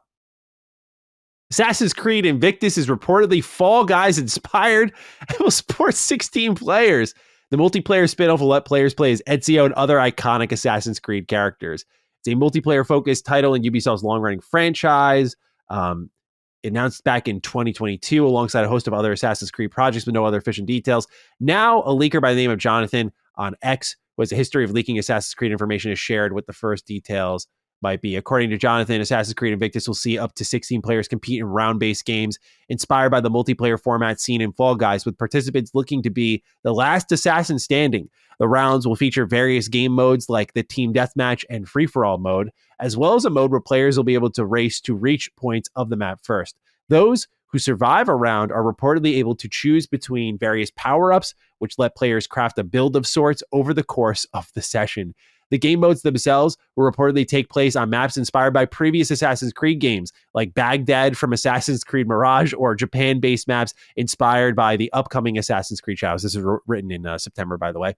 Some maps have environmental hazards, like a map based near Pompeii that will have players dodging pools of rising lava. According to the leak, players can choose from various characters in the franchise, confirming the likes of Ezio, as well as Cesare Borgia. I'm sorry if I'm mispronouncing the Brotherhood villain's name. Anyway, it says it's best to take this above information with a grain of salt. But how does that sound to you, Kai? You want to play that this year? Let me know. Look, man. They try to get creative. We're trying to get a bag as much as they can. I mean, this is definitely not something I particularly am interested in. But in fairness, I need proper context with video, images, stuff like that. Just hearing it described sounds like nightmare fuel. I ain't gonna lie. Like I just like, we really commercializing. We looked at what Fall Guys. We need one of those. It feel like. We try to catch a wave energy based on what I'm reading. We will see. I don't have much on this. Yeah. I don't know, man. I don't know. I'm excited for Black Flag remake. I feel like that's just a glow it up, ship it. That's a huge easy win. People will be flocking for that. I wouldn't even be surprised if that outsells Shadows, to be frank. But this, I don't know, man. Not lining up. You're not going to get your Fall Guys on. You want to pick your assassin and let's see, shove anybody Assassin's off. Creed had a really great multiplayer mode, right? Like it did. Why are we trying to copy Fall Guys with Assassin's Creed? That's a horrible pitch. Even if it does look cool, that just whoever started the rumor and described it as such, that's a horrible pitch for this game. It's already off the wrong foot now. So I'll keep an open mind, but I'm more interested in Black Flag remake, as I imagine many of us are.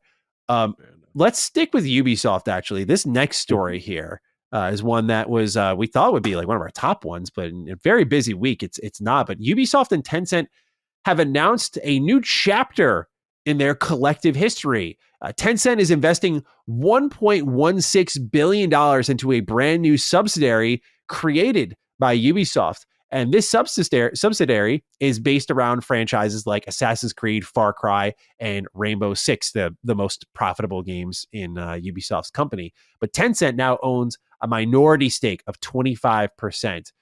Apparently, this is going to help reinforce the balance sheet, is how Ubisoft describes it. The quote is, "It highlights the strong values of Ubisoft's IP, significantly reinforces its balance sheet, and enables the company to continue its efforts to become a more agile organization, unleash the full creative potential of its teams, and better align its resources with the constantly evolving expectations of players. This new subsidiary will focus on building game ecosystems designed to become truly evergreen and multi-platform. Backed by greater investment and boosted creative capacities, it will drive further increases in quality of narrative solo experiences, expand multiplayer offerings with increased frequency of content released, and introduce free-to-play touch points, as well as integrating more social features." And as of this announcement, Ubisoft stock is up. It's up by 10%. Wow. Yeah.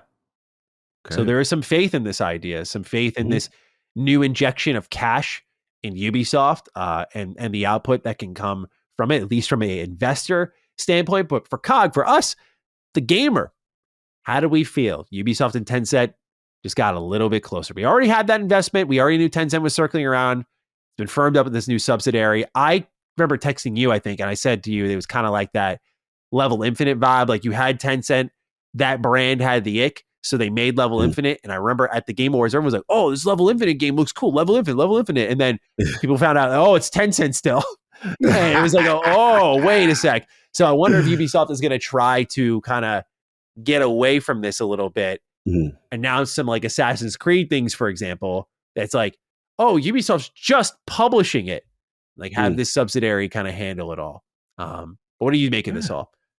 I'll be honest, like all the news coming into how bad they were doing financially and as a company, and let's be honest, how everything was riding on Shadows, right? And then we started to see the early stuff from Shadows, which seemed like they're trending very well from a sales perspective, like second to Valhalla, whatever it was, or surpassed. I forgot what it. But basically, it was like, hey, it's like up there with the greatest launches, kind of thing. So they got that positive news. Now I'm coming into it thinking, as a company, though, you're still out of here, right? Like you're still, the evil tendrils of Tencent is lurking. You're about to be Borged kind of energy. That's how I'm looking at the situation.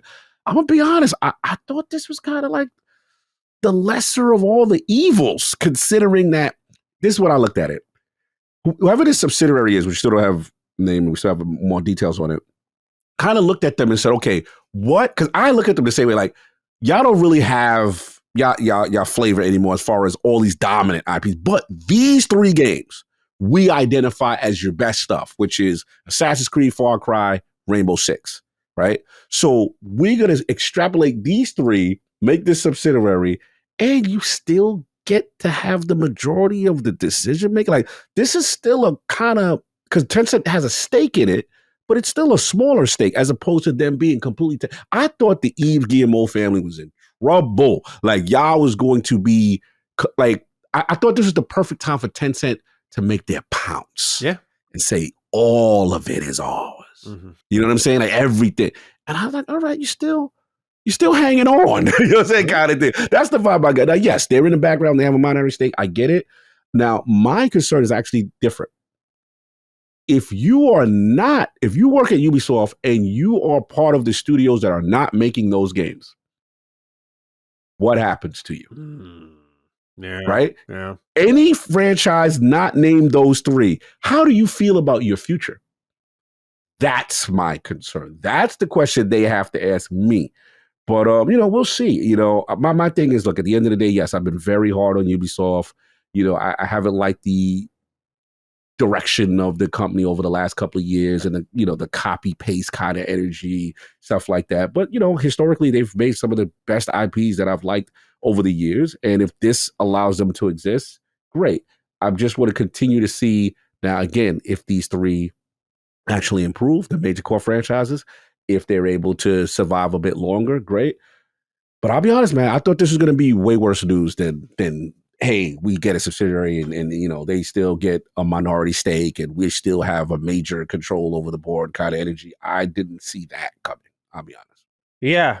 Yeah. If you're Ubisoft, this is probably your best case scenario. It doesn't seem like they really sacrificed, at least, I mean, we're going off a press release, but like any sort of creative control over their IP. I imagine this is Tencent still waiting for their pounce moment. We thought maybe this would have been it, but I think it's fair to say that it's possible that AC Shadows did enough to kind of stave off initial concerns. Like, this is still a strong franchise, despite the fuck ups Ubisoft had and the campaign that was just working against it the whole way. They still sold or have over 3 million players. It's still the second best performing entry in the franchise. The first one being Valhalla, which was a COVID game. And we know how the COVID numbers scaled. So scaled up, extra high. Yeah. So you got to wonder if there's a world where like Shadows actually could have been number one, if not for a very particular situation there. Again, not making excuses, but just saying like this game looks like it's doing well enough to at least keep the conversation going of like, okay, we haven't lost at all. Again, if this is what happens when things aren't going well for them, what happens when they have a black flag where, let me not speak too soon, but at least on paper, you'd go, what can go wrong? As long as you take the core game that people love, you bring it back and you make it prettier. I think people will be very pleased with a Black Flag remake. And it would be kind of like what I think a little bit of BioWare, right? Between Veilguard and Anthem, they do this Mass Effect Legendary Edition. People are like, hell yeah, BioWare. So I always go back to that where I'm like, that's the definition of a free win. Millions of people bought it. It did really well, reviewed really well. It was exactly what people wanted. Didn't really radically change anything too much. Exactly what we needed. And so I feel like if Ubisoft is playing their cards right, maybe they could start to bounce back a little bit. Again, I was always one that even though their downfall was spectacular, not literally in the enjoyment factor, but like unlike anything we had ever seen before, with those share prices, that plummet, I did not want them to sell off to Tencent. So an investment is still something, but there are plenty of companies now in this industry that have like 30%, 40% Tencent stakes. They are, as we've talked about a lot, they're everywhere. Everywhere, bro. They're everywhere.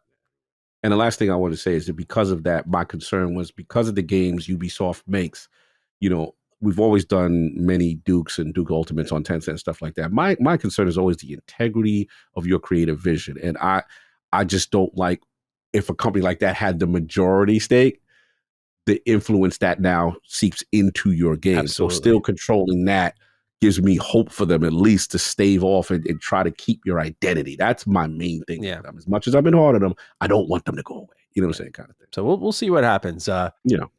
They did lose a lot of talent though in that whole stretch. In particular, the creator of the Mario and Rabbids series, which to me is like the best thing Ubisoft's done in a good long while. So still they're out some talent, but we'll see what happens from this partnership. That's for sure. All right. Cog, it's time to talk about what we're playing. Our main topic of the episode. Meatball has the writing. Greetings, Dukes. I believe by the time this episode goes live, South of Midnight's embargo will be up. Actually, it's exactly on the dot, which is kind of interesting. They pay attention. And I assume you've both been playing it. Does the game deliver on more than just a cool stop-motion aesthetic and unique Southern charm? Is there anything of substance worth experiencing in its characters and story? Excited to hear your thoughts. Cog, I'd love for you to lead us off here. How did you like South of Midnight? Man, South of Midnight. Man, got what about 14 hours? Fully completed, right? Got it done. Let's just start with I'm going to start with my initial thoughts and experience coming into the game. Because obviously, remember, me and you, well, actually, not you, but I got a chance to preview. What is it? No, we did. We both played. We both played the third, what is it, that third level. Chapter with Benji. Third chapter. You know, we're a little farther in the game. You know, my thoughts at the time were, this is a piece of art. It looks beautiful. Music seems great. Emotional beat, deep south, some lore here, some folktale here. Okay. And that level was amazing enough to make me come into feeling like, okay, I'm feeling good about it. But I did say one thing.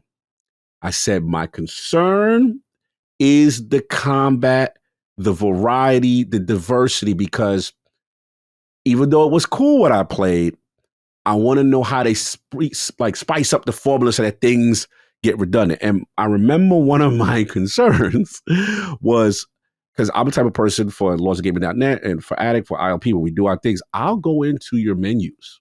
I'll look at your skill trees. I'll look at everything you got. Thing for me, yeah. Yeah, I'm going to play it. I want to know what's going on. First thing I saw, okay, I can turn the stop motion off. Okay, cool, interesting. All right. Because I know that may be jarring for some. And I admit, I'm a stop motion off kind of guy. I admit, because I like this.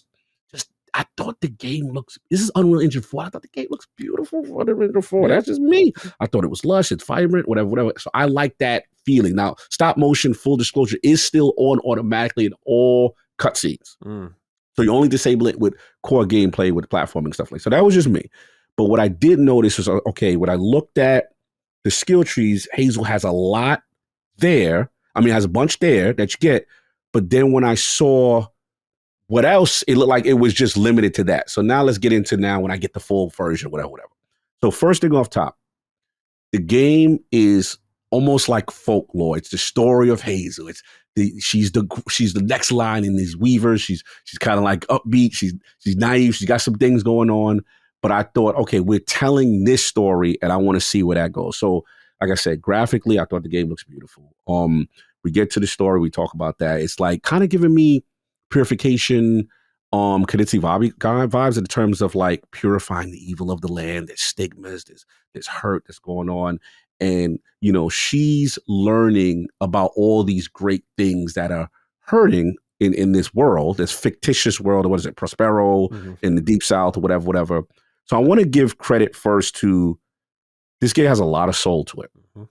I feel the music is outstanding. The audio is outstanding. Now, what surprised me about South of Midnight, which is the platforming. I did not expect to like the platforming as much as I can. So when I'm talking about double jump, hold, glide, hold down the thing, you know, to a wall run, you know what I'm saying? With wall run, when you have verticality, you can go up, down, up inside, you know, the wall. You could do that. I felt, to me, where it really opened up is what I consider the left trigger Spider-Man kind of energy, where you're swinging around. Now, granted, I'll be honest, Matty, I'm not a platform gamer like that. There's probably games that people say, COG, people have done platforming way better, bro. Like, I get it. But I'm just telling you, for me, that felt fun. It felt good. This world looks amazing from the Deep South standpoint. It looks like they really did their research on interior. You finding notes and stuff like that. And I think where the height of the game now, when I'm playing it, is these boss battles. And some of these boss battles, I'm going to say one name in particular, the Molly fight was something. We have some fights that I was like, okay, again, is it the greatest boss mechanics I've ever seen? No, but it's a build up. It's a whole vibe. And again, that chapter you're talking about was my favorite in the game. Yes, bro. Yeah. It is one of the most it's an example of the game at its absolute best. At its absolute best. And at that point, I'm like, yo, this is, I'm feeling this. Yep. So the thing for me, and again, I just want to stick to the positive first, but I'm going to get into my negatives. The things for me is up until about chapter 12, I'm like, yo, I'm feeling this. This can't score no lower than an 8 right now. Like, it's got its little issues here and there, and that's perfect. But I'm like, yo, I am really, and full disclosure, I haven't done this in a while, Maddie. I think it was after chapter 12. Grown man tier I had a moment, and again, this maybe resonate different for me. Again, I'm not from the South. I'm East Coast. I'm North, right? I understand it. I was surprised that the game went there with certain dark tones historically. You know what I mean? And all I will say is that one chapter where a reunion happens, that hit me so hard because historically, what people had to do in those times, when you learn of the older tales of the Weavers and that time period in American history, and someone going through the sacrifices to get away from a dark chamber, that's going to hit hard in Black culture. I'm just going to be real with you. Like, there's certain moments musically, historically, and they do it in a very cool way where Hazel is trying to understand the pain of what happened before, and she's piecing these things again together. That moment was so beautiful. I was just like, oh, it did drop for me. You know what I'm saying? The tear did drop for me. So that's why I want to give it. This is a piece of art. There's something really special here. Now, this is where I got the cog issues. So for me, my least favorite part of the game was you do a couple platforming, you learning stuff, you're getting information, you're getting these bottles, things, and then it's like, okay, here comes the combat. And you know it's going to come because it's in this like kind of sandboxy kind of thing. Now, admittedly, your boy was trash for some reason. I just was struggling, man. Like, I think what it is, the basic level hates, like, I feel like they don't have a pronounced enough tell to let me know that they're hitting. Unlike, only time you know is like if they're going to do the unblockable attack where they go yellow, then I'm like, okay, let me get away. Yeah. It got a little clunky with that. Switching around, moving around in that got a little clunky. Then it's like, all right, we're introducing different enemy types. Yes, but it's like, y'all all look the same. It's, don't get me wrong, I got into the rhythm of the game wants you to dash, right? And when it finally opened it up for me, it's like use the weave ability to kind of stop someone in place. You know what I'm saying? And whatever. Now, where I really start to pick it up and get better is when I got Crouton. Shout out to Crouton. I think he's adorable. but shout out to Crouton. You know what I'm saying? Like, Crouton's your little friend, and he can mind control, and he can do stuff, and he could get the, the aggro off of you. But for me, I'll be honest, like the combat sections, it became so redundant after a while that I was just like, all right, it's getting in the way of me wanting to progress. And then you start to see the formulaic nature of the game. Yeah. And you're like, okay, platform section, there's boom. And now, granted, the first time I did the chase joint, chase it, escape. All right, cool. This is cool. Like, someone in Compulsion really loves these damn chase exit sequences. I'm like, all right, it's like 3 and 4 every time I'm going to do this. Yeah, bro. And it's just like my thing then becomes, all right, one time I'm like, I don't really feel this is in real danger because I could be slow and I don't feel like I'm going to get caught.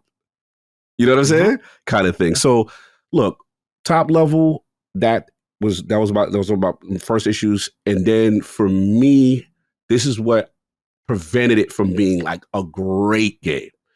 Is you have some story, you have some characters. I want to say particularly the bunny character was a lot of potential, I thought. They could have did something really special, I felt, right? And they start teasing. I'm like, okay, it's all right. I think I see.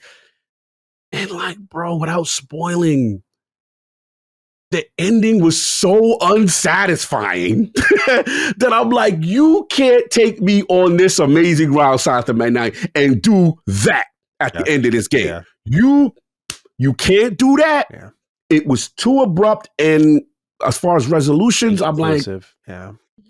And then the last thing I'll say is it wasn't a deal breaker, but they introduced some cool boss fights in this game, right? At least 3, I think I remember. I was like, all right, those are cool. You know what I'm saying? But the end, bro, I'm just like, without spoiling, it just felt like an endurance trial. It was like, hey, man, let's see how much you really learned. Yeah. And they had to wrap. You could just tell they had to wrap it up. It was almost like, yo, wrap it up, B. We out of this budget. No exaggeration. Yeah, no, I'm right there with you. Yeah, he is not lying. It is definitely like you could. I think they almost took their time too much in the beginning, and then like the timelines for development caught up to them. And they're like, you got to wrap it. Like, we need this done at this time period, and they're like, fuck it. All right, there it is. Yeah, and it's a shame because it's just like there's some very high highs here, and I'm just like, man, this is preventing you now from really, landing the plane for a perfect landing and stuff like that. So look, is it a good game? Yes, it's a solid game, right? But I can't put you on no greatness level. And what I'm hoping is that you get experience. The last thing I want to say, though, I really want to say again, I cannot stress enough.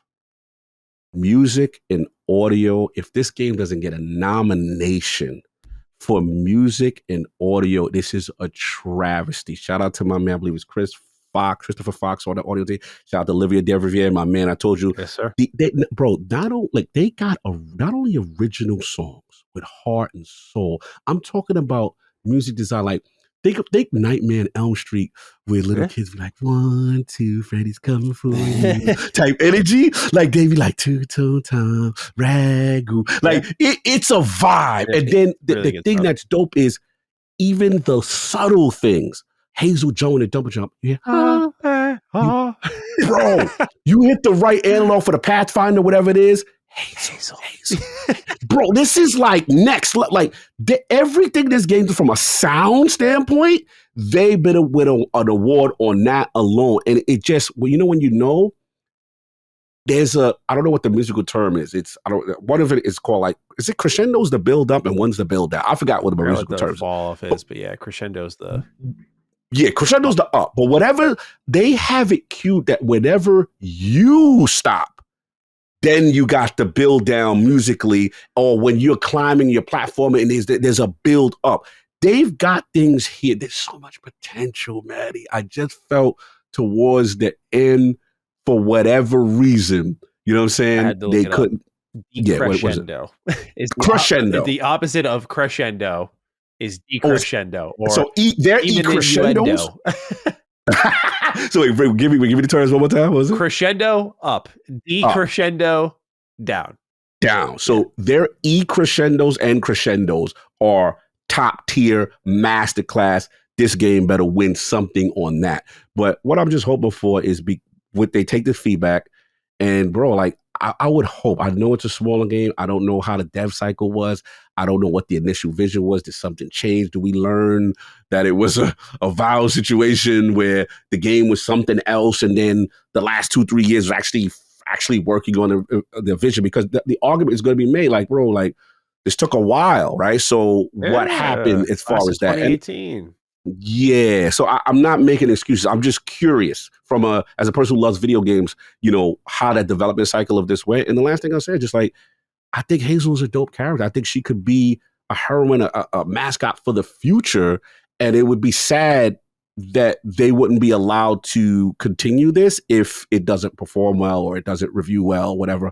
I love my experience, but it is flawed, preventing it from being that next level thing that I was really hoping for. But I know I'm rambling. It's more stuff. I want you to get your balls in because you played a lot, and I want to know how you stand, what you liked, what you agree with me, what you disagree with me. Where you at? So we're very similar. I liked it.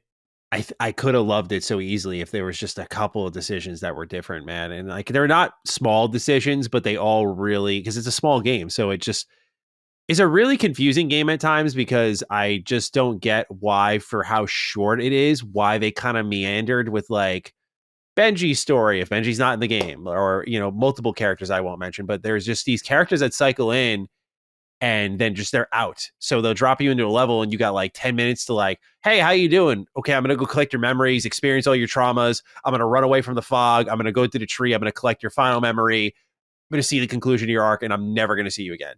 And there's so many chunks of this game that are like that. Again, if this is side content, I think that would be fine, because then it's really well done. It's not forced. It can be as bite-sized as it needs to be. That's cool. But for a game that's all about killer, no filler, I don't know why there felt like there was so much filler. Because the game just could be so much more than what I called like a flavor of the week. Like it shouldn't be that. It for the investment in the culture, in the music, in the visuals, its distinct identity visually and audibly. It's just, it should be so much more than that. It pains me to be like, yeah, it's all right. Like, try it on Game Pass versus like, this is an experience. But to be fair, one thing you did point out, and I just want to be honest, I'm a white guy, right? Like, I do think there is a attachment to certain cultures, right? And like, there's certain things that maybe I won't understand or connect with as strongly as others. So, I mean, obviously keep that in mind. But you know, for me, I was there for the vibes and the storytelling and the music, and they really nailed a lot of that in certain points. I think the opening of the game is really good. I think the problem is what COG really laid out well is like it does get just repetitive. The formula that they approach the story with is, as he described, you platform for a little bit, you fight for every goddamn memory in the game.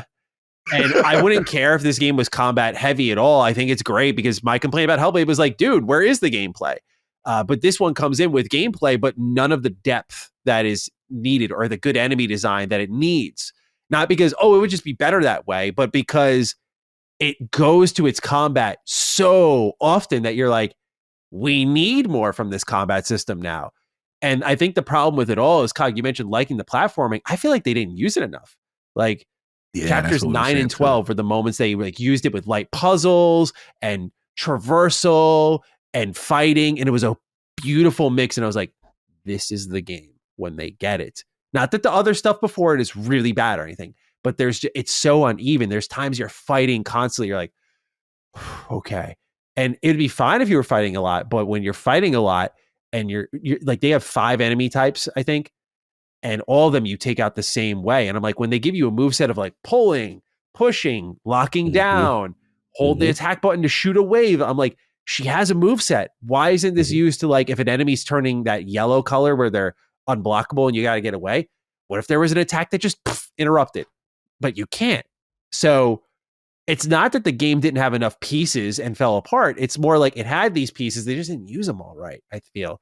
Same thing with the platforming. Same thing with the puzzles. It's like, doesn't have to be brain busters, but man, there's just a lot of pieces of this game that it's kind of a good case study for people who want to be game designers of like, what happens when you have all the things you need to make a great game, but you don't use them to max potential. Like it's good, but you'll feel the fatigue in these moments, and you shouldn't feel fatigue in a brief experience like this. We're talking a 10-hour game, 14 tops, depending on how you go, how many times you die, that sort of thing. I think my final play time was around like 11 or 12. We're talking about a very tight game. And I think that's what bummed me out about the story most is when it ended. These tight games, they're this way because they have something to say, right? And that's what excites you and me. We're narrative guys. We're about the messaging. We see it as an art form. So like when I see that, I'm like, I am so fucking excited because they're trying to clearly take from stop motion films. You know, some of my favorites are stop motion, Coraline especially. So I'm like, I love this whole idea. But when you get to the end of that story, and it really, abrupt is the best word. It does try to put a bow on things, but it is so rushed. There really isn't payoff for your investment. And I do sincerely think there is a world where if that payoff was good, I would be laying a little bit lighter on my critiques because the message would be there. But I knew what the message of the game was, and they just didn't finish it. And that is what bums me out because it is not a game you need to avoid like the plague. It is a game that you should try out, but it's not a game I consider and be like, yo, go spend $40 on it. Yeah, it's a game that like with Game Pass or the $10 upgrade, it's like, go right ahead. You know, that'd be good money spent in my opinion. But it could be so much more. So much more. I mean, the thing though that I do love are the environments and that music. You know, it really combines well in an era where just so many games look the same. It's really nice to have a game here that you like. You just know what it is the moment you lay eyes on it. The lighting is perfect. The environments and locales are super unique. It's very linear. It kind of reminds you of a 360 game, maybe like a Alice Madness Returns kind of experience, like very simple 3D platforming and combat. And if you're into that, that's awesome. I'm particularly that audience. So I think it's a sign that I didn't really fully resonate with certain things like that, just based on how they executed it. But yeah, like definitely a solid time. No regrets with the time spent.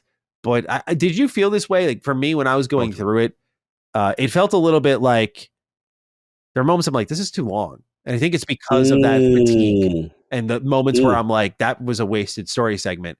I almost feel like there's a world where I would have taken this being like 7-8 hours. It's funny you say that. Without some of that side stuff to give room for the ending. Because again, when they were taking their time, sometimes, and this is something I learned as a reviewer when I was much younger, is like, there's times you'll be playing a game in the front of the game, you're like, oh my God, get on with it. And you learn by the time you get to the end of the game that everything you saw before that was so important. And this kind of ties a knot on it. I think that's the main element that's South of Midnight's really missing, is that tying of the knot, where at the end, everything you saw leading up to it, all those characters you met that you thought were just in and out of the story, here they are. But you didn't get nailed that. That's what it was. Because for me, you know, you could stay long, but if you have that payoff of, because the way that South of Midnight is doing it, it's like, it's almost like a parables, a bunch of fables and folklore that seem individual, and you meet these cool characters and you do all this stuff. But like, you need now integration where, oh wow, they're coming in. I remember that person now, and now they've have this problem, and it all comes together. All of them, you know what I'm saying? And actors that do rotate in, and I won't say who, just because again, it's a short game, but I should say really two. But those two who rotate in, I'm like, I like these characters a lot. Like they're compelling because they're here more often, and when they show up, I'm like, or something like that.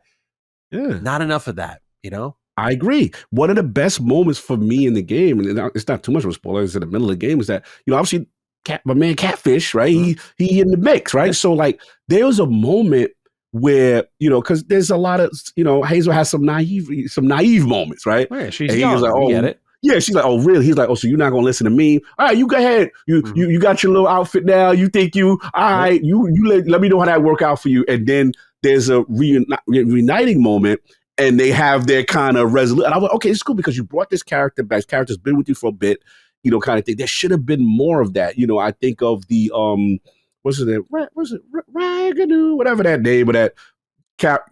Where basically one of what I'm trying not to spoil. I'm sounding like an idiot, but I'm trying my best not to spoil.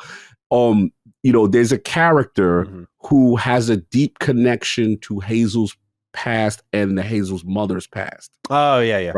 Right. So you meet that character, and there's some depth here. There's some things here. Like as far as when you learn, and again, you reading the notes and you're going, and then you get to the character, stuff like that. And then something cool happens. You're like, all right, cool. And you don't really see some of these characters again. And I'm like, you cannot introduce these dope characters. And then it's like you're just giving me individual Bible stories, and you're not paying them off at the end. I want to see all the apostles at the end. I want to, you know what I'm saying? Like someone should come in and rush and make a save and be like, yo, because remember, you helped me with the trauma. Yeah. And I get it. And here's the thing you said about gameplay that I feel like they're trying to find themselves, because like you said, I'm like, bro, you're really a good platformer. You may need to lean more. You trying to make yourself the combat game. You know what I'm saying? And I'm like, you trying to force it. And it's not that it's bad. It's just that it's like, where it starts to get redundant is that when we come from the games with we got real skill trees, bro.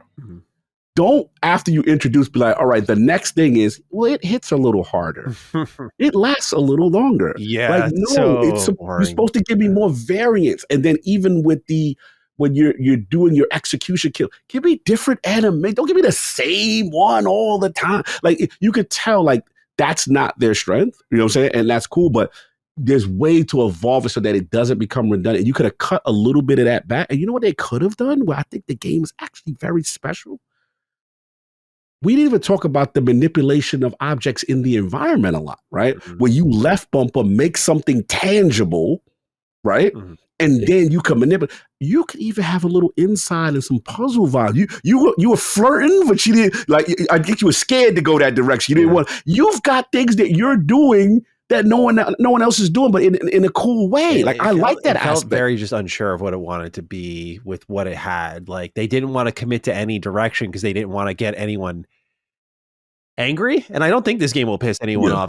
There's one angle that I think might bother people. I wonder how, because as we record this, we don't know what the review scores are or anything like that, or the fan reception. But I do wonder how people will react to this game, only because, as I talked to you briefly about, I was like, this is another one of those first party class of 2018 games that was in development for a while. We've known for a hot minute it was going to be a short game, but for it to take all that time and for it to still feel like jumbled in spots, you could feel the development shifts. It doesn't conclude in a satisfying way. You're kind of like, you know, what was all the time spent doing? Obviously we know game development's not easy, but I do think that's the only angle people might get upset by is another one of those. We waited so long, and right. Not Hellblade level, but I think better than that by a lot. But no, it's a good question. It's a good question because it will. I'll basically like look at Compulsion. I'm like, this game to me has a lot of contrast energy. Like they're going for a vibe, and they're good at vibe, feel, the world. Like they're good at that, right? You're in here. I'm in the deep south. I'm in the jazz town. I'm in the cabaret. I'm there. Like you took me to this swamp. I'm there.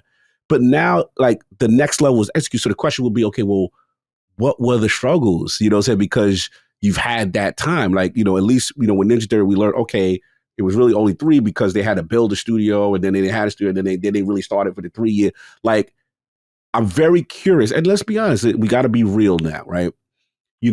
If this game is not a commercial or a critical success, like, I don't want to put this energy out there, but like, what happened? Because I feel like, bro, you got a foundational piece here, right? Yeah. And it would be a shame if we don't get to iterate, right, and get something else. And maybe we live in a world where, look, Xbox has a Minecraft and Call of Duty that can help supplement, and every day will be fine. And maybe I'm exaggerating. It is fair to worry. I think so, dude. Yeah, we're talking about, they bought them in 2018. Obviously, the business didn't get started then. If you give them from 2019 till now, we're talking 6 years. Right. To kind of figure it out. It's like, I was saying to you, I was like, I feel like some of these companies kind of took Xbox for a ride a little bit, not in a deceptive way or anything like that, right. But I do feel like Xbox had that rep of like, they got too involved. When they bought these studios up, they were like, we're not going to be meddlers. We promise. They let them spin their wheels. Not that they should have gotten involved, but they let them spin their wheels. I think with Redfall was the real blow up moment of like, we need to check in more. We need to be just quality assuring at the very least. But before that, it seemed like they were just kind of like, okay, we trust you guys. Do your thing. We're not going to meddle. And I wonder if that's kind of bit them in the ass. Because when you look at like how long Ninja Theory took to spin things up, even if for people the quality of the product is there, it took for fucking ever, dude. Same thing with South of Midnight. Like part of the reason you make these $40 10-hour experiences is to get them out quick because they're not as big as like an Avowed or something like that, like a full price game. So I just wonder about that a little bit and how the kind of industry will respond to, I mean, if you look at it as a standalone product, I think it's fine. I think it's good. But if you look at it sort of like broadly speaking and you start to connect those dots, you're like, what took so long? And what happened? And why is it when you had that much time, you still didn't finish your story? That does bug me a little bit. No, that's fair. That's fair. And I think what happens here, if you look at your analogy of what we consider the class of 2018, right? Mm-hmm. We got the standouts, we got the playgrounds, we got the Obsidians. You're like, okay, right? But there's about 3 of them where you go, okay, Ninja Theory, we get why you were purchased because you showed this tremendous potential with this Hellblade game, right? You got, okay, then you had, what is it, Heavenly Soul? Like you had, but Compulsion, if you look at it, they're the only ones that they were really a raw talent rookie that really didn't have a success under their belt. Yeah, because even though I like Contrast, we can't say it was a critical experience. And even though we saw We Happy Few, we like, okay, we see what you could do, but she didn't land the plane there. So it's just, I'm curious now with this, because we, again, as of record, we don't know what the Metacritic, we don't know where this is right now, right? So I could see a polarizing, who's this going to resonate? It's going to resonate with some people, may have it as high as whatever. And some people like, nah, I wanted a core gameplay experience and you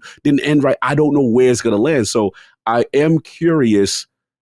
I will say this, after the first entry this is their first entry under the banner officially, right? Because We Happy Few was kind of already developed in hell before and then they got acquired, whatever.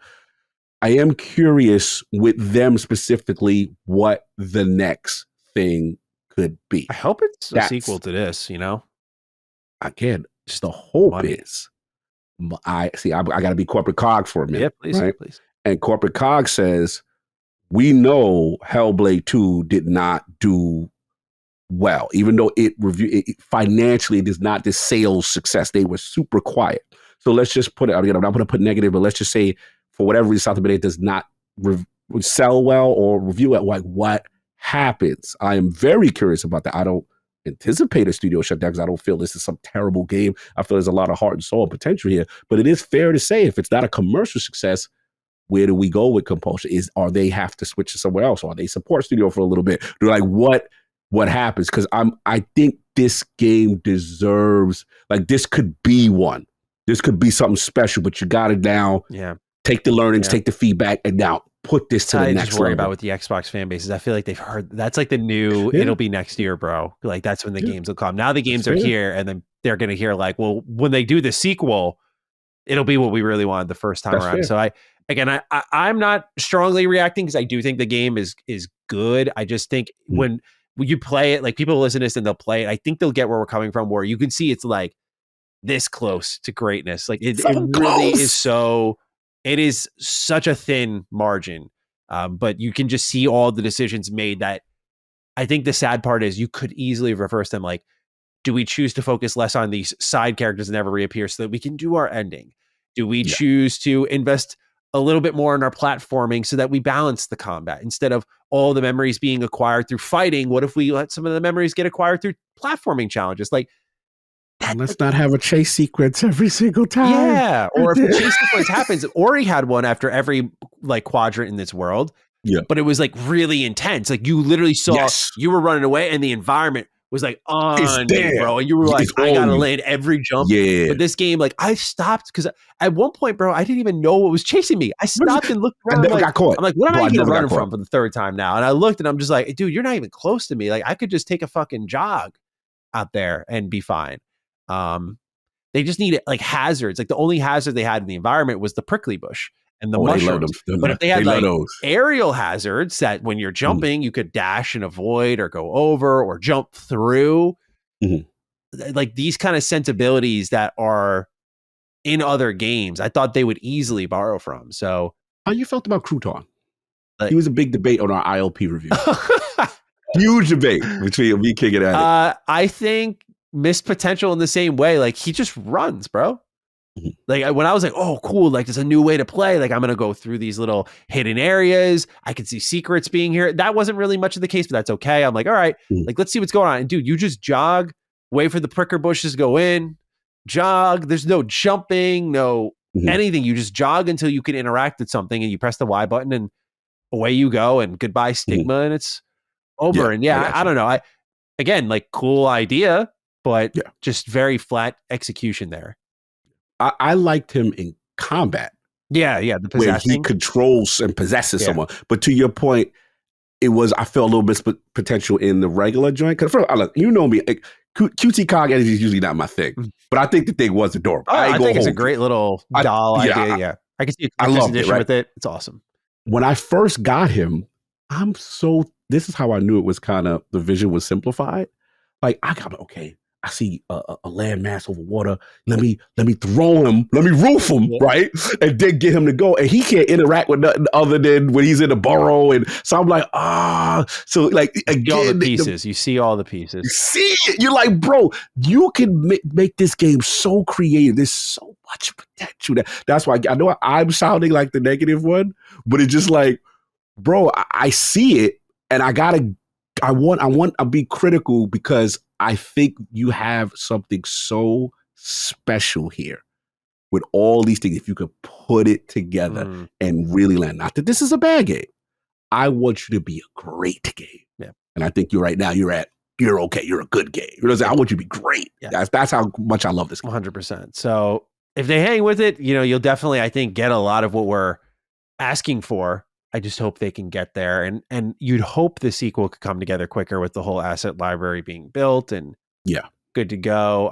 It definitely is a framework to build upon. I just wish it was more than that. So that's kind of where I'm at, where I was like, if you have it on like Game Pass or $10 upgrade, you're excited for it, you want to kind of just blaze through it. I played it in 2-hour pockets. I could not handle more than that. That is the other thing I got to be honest about because of the repetition. Again, I love being in the world, but I played it in bursts. Like some people I think will look at this game and be like, oh, sweet, weekend game, 2 long sessions, I'm done. I mean, you can do that, but I just think the game's going to piss you off more for it. Like for me, I was just like, I have this extra time. I'm going to play it in little chunks. I think I would have had a stronger negative opinion if I just like really just kind of, if you had to like blaze through, it's a good point. It's a good point. And I do, last thing I want to say is that I will say I was surprised being an Unreal Engine 4 game, how good the game looked. I thought there were times I'm stopping and I'm seeing the sunlight and the reflections and I'm looking, and then Hazel gets some drip upgrades. Yeah, they look really good. Really good. There's two. There's two that. Yeah, one in particular. Yeah. I was very like, very cool. You do that. So we'll see what happens. But that's our thoughts. I think we align 100% on this game. This is nice. We haven't aligned 100% in a while. Yeah, this is nice. I'm having fun. There's no doubt. All right, for the rest of the news now, Cog, we get into our one and only topic this week. Switch to direct reactions. We have 2 write-ins that I think are going to get us kicked off right away. After the Punching Up crew handled everything on the front of like every game. We can obviously talk about games, but I think the economy is what most of our listeners are worried about, and how Nintendo may have just disrupted that heavily. So let's read both these write-ins. I'll kick it to you. Matt Danger 87, first one. Howdy, Dukes. With Nintendo being the one to pull the trigger on $80 price points, do you see everyone else following suit in short order, especially with GTA 6 on the horizon with a similar, if not higher price point? And what kind of a ripple effect do you see this causing in the industry? I, for one, understand the reasoning behind raising prices, but nonetheless, I'll have to be more selective on day one purchases and or wait for sales more often. Have a Final Fantasy VII Remake got announced for Switch 2 before Xbox kind of day. They killing me on me with that one. That was funny. A little surprised by it. The other write-in goes to Anton K. He says, hey, Dukes, has Nintendo lost the plot? Aren't they aligned as a kid's console? PS4 level graphics, $450 console if you don't want cart, $80 to $90 for digital/physical copies, introduced physical key cards, can't use the same SD card as OG Switch. The damn thing is expensive, and I don't know why you wouldn't be better to invest in an Xbox, PlayStation, or Steam Deck. These prices are for older tech, seeming like way too much. I went from knowing what my 8-year-old was getting for Christmas to not so sure now kind of day. Hey, if you love your kid, get him the fucking Switch 2 anyway. As long as you got the money. Just say. As long as you got the bread. Yeah, as long as you got that bread. You got a credit card, right, Anton? Come on. Your kid will love you forever. All right, Cog. Switch 2 Direct came and went. What were our feelings? This is broad, I know, because in the moment, I was having a great time. But I feel like once it got to social media, it's a whole different conversation. So yeah, it's crazy. I mean, I will say this. Nintendo setting the industry game prices forward was not on my bingo card. Man, bro. Yeah, Nintendo be like, we would have been like, yeah, EA's going to be the first, or, you know, whoever, actually, like anyone but them. I didn't see that. Now, the price point for the hardware, actually, I wasn't as surprised as much. You know, I figured with all the tech that they were talking, Grant, I know, you know, Xbox, PlayStation guys like, oh, bro, that's old tech. But for Nintendo, them getting 4K, HDR, 120 hertz. That handheld looking nice, like, I don't know, bro. They showed Metroid Prime 4 running 120 1080p in handheld. I'm like, that's fucking great. Like, I don't know what world that's not excellent to me for a $500 system or 440. Sorry. And NVIDIA has worked. The relationship between them and NVIDIA has really been sorcery as far as they found a partner that they could really evolve with. Let's be honest, NVIDIA's been outside on these video cards and stuff like that. The miles they've been out of the pull out of the old Switch from a technology standpoint was amazing. And the thing here's the thing. I want to, as funny as I would love to talk to the Punch It Up crew, because, you know, my view of Nintendo is completely different. I think I'm going to say something very selfish. I am the target audience for y'all because I'm not a hardcore Nintendo guy. I don't really care about their core franchises like that. You and I are the same, bro. Yeah. Oh, okay, me and you just. I didn't know. I thought I was going to be speaking out of pocket. I'm going to kill for this. I stand side by side to you. There was a pocket in my life that yes, and then, of course I still like Zelda, and I think I'm the only weird one that likes Metroid. I'm kind of over Mario. I'm not the target audience for their core first party. I look at you to see what unique experiences you're going to give me, right? Outside of those and remixing Mario 1,000 times. And like, I'm the guy that bought your system because you have Astral Chain.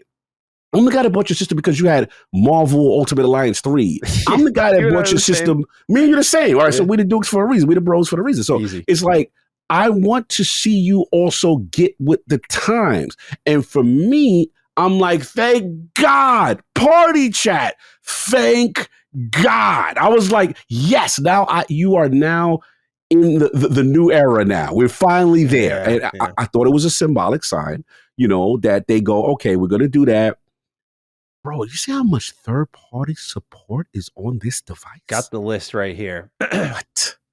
We've got Elden Ring, Tarnished Edition, Hades 2, Street Fighter 6, including its DLC fighters all in one package, which I was pretty interested in that. Which I missed because the stream crashed on that. Yeah, bro. That stream crashed. Dungeon 2. I know. I feel so bad for those go to devs. Nintendo, I'd be like, give me money right fucking now. Bro, you owe them a bag. Yeah. Like, they lost their whole moment. I didn't see Cyberpunk. Yeah, I didn't either. I just heard it. I heard Final Fantasy as well, bro. I heard, Square, Nintendo, you better send some payment to Square, CD Projekt, Gungeon devs. There's a lot of dudes, because Reddy Pitchford got his moment. Yeah. But like, I know it was a technical. I felt so bad that they couldn't be real. Like, I felt horrible. I was like, dude, this is such a big moment. Just even to be part of it, right?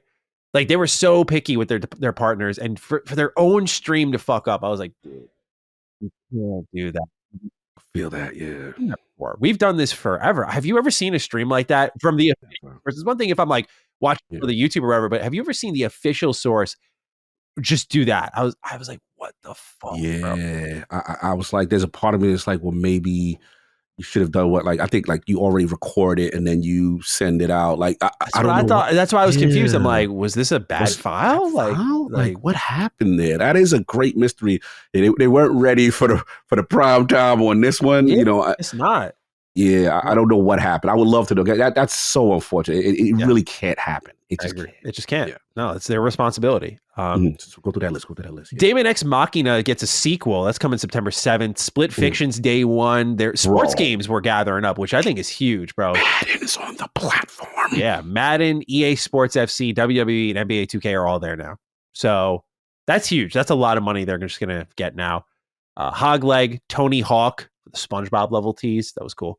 Hitman and James Bond. I wish we saw more James Bond, bro. I was like, what are you guys doing that again? I saw the barrel. I was like, they're going to do it. They're going to show it. Nope.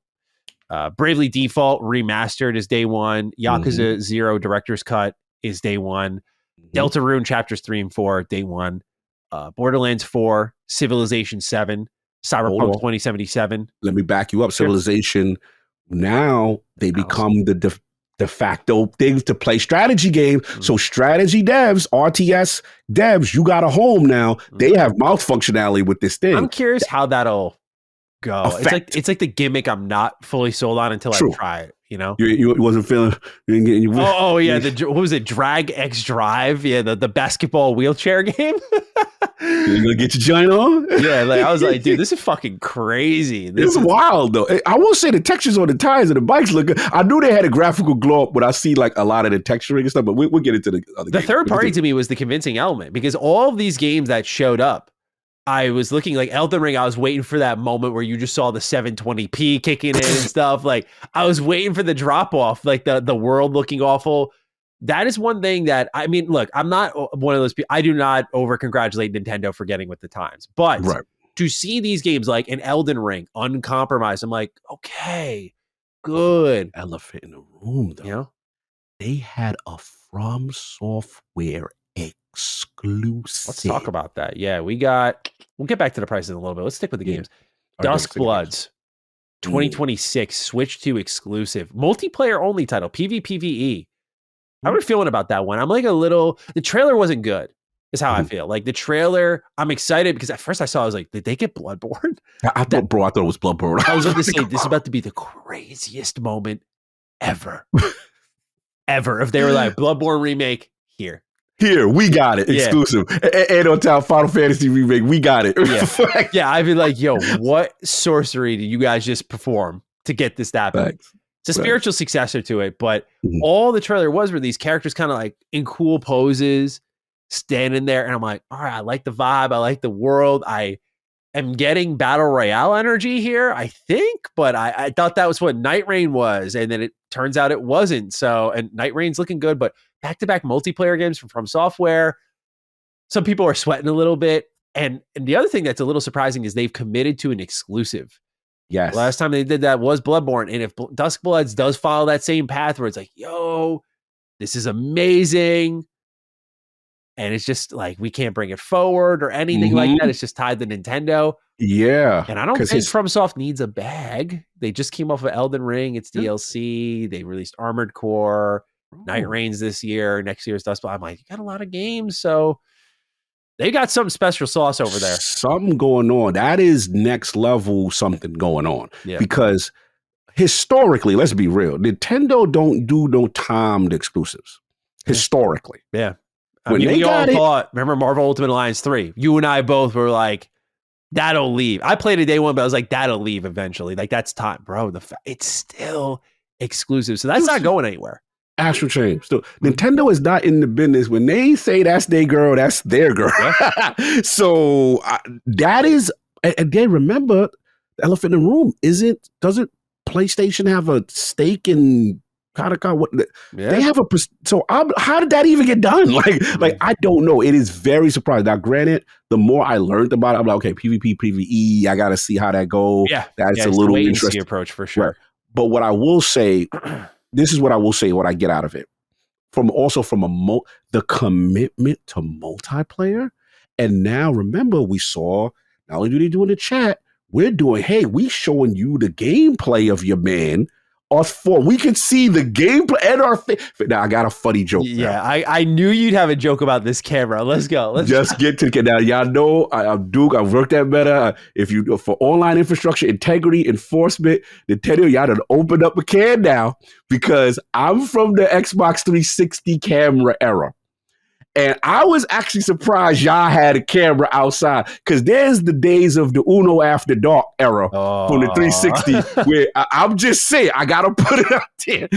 I remember I worked in that space in integrity and protecting people. Y'all going to need help. I'm just saying, Nintendo, with this feature, y'all done opened up a whole new world that y'all better be ready for. It was so innocent how they were showing it. I was like, you fools, bro. You have no idea. I was saying in my video, I was like, those of you who are like anti-Xbox One, it's spyware, all that stuff, is like, I want you here and now slandering this weird fucking stick camera that they got. Yes. There was nothing organic about it. It's literally just a posted up camera. I was like, what? Sure, we know what we're doing, Nintendo. You know what you're getting into. So you got that. And they introduced DRM in a way. Remember, we got the, all right, so they do have the sharing thing. One thing I will give them credit to offset the insane prices we know these games are going to be, right? We talk about $80 for Mario on the physical. Mario Kart. No, 90 for the physical. Sorry. 80 for the digital. I'm like, what a deal. Digital. 90 for the physical. Them now, I think how they were slick not to say the price during the stream. They were slick not to say any pricing. They should go to the website. Because when I was like, it can't be that bad. And like, I saw the price for the hardware. I was like, nice, great. Like, this is awesome. And I thought it'd be $70 for the games. And dude, man. It's look, I think where they kind of save themselves is that they say, okay, there's no Switch left behind. You can do the virtual game card thing, but you could also share like with 3 or 4 devices. They got so many sharing things now. So you got that going on to try to offset. Hey, one guy could get the game and you can play together, kind of energy. Don't worry. Me and my friends are making families right now as we speak. We're forging bonds. We are establishing connections. It's like, it's your turn to get a game. Now it's my turn, bro. Yes. It does not matter what your income is right now. Get your game share partner immediately. Because so decisions are going to have to be made on that front. There was one other aspect with the, we had the sharing. They had a couple other features that I did want to touch. I'm blanking right now, but it is interesting how they handle it. I just feel, look, we got to be real too. And I know gamers, I know a lot of my long neck guys were pissed. They were like, bro, this is too expensive. I get it, but we have to be real too in this sense. From the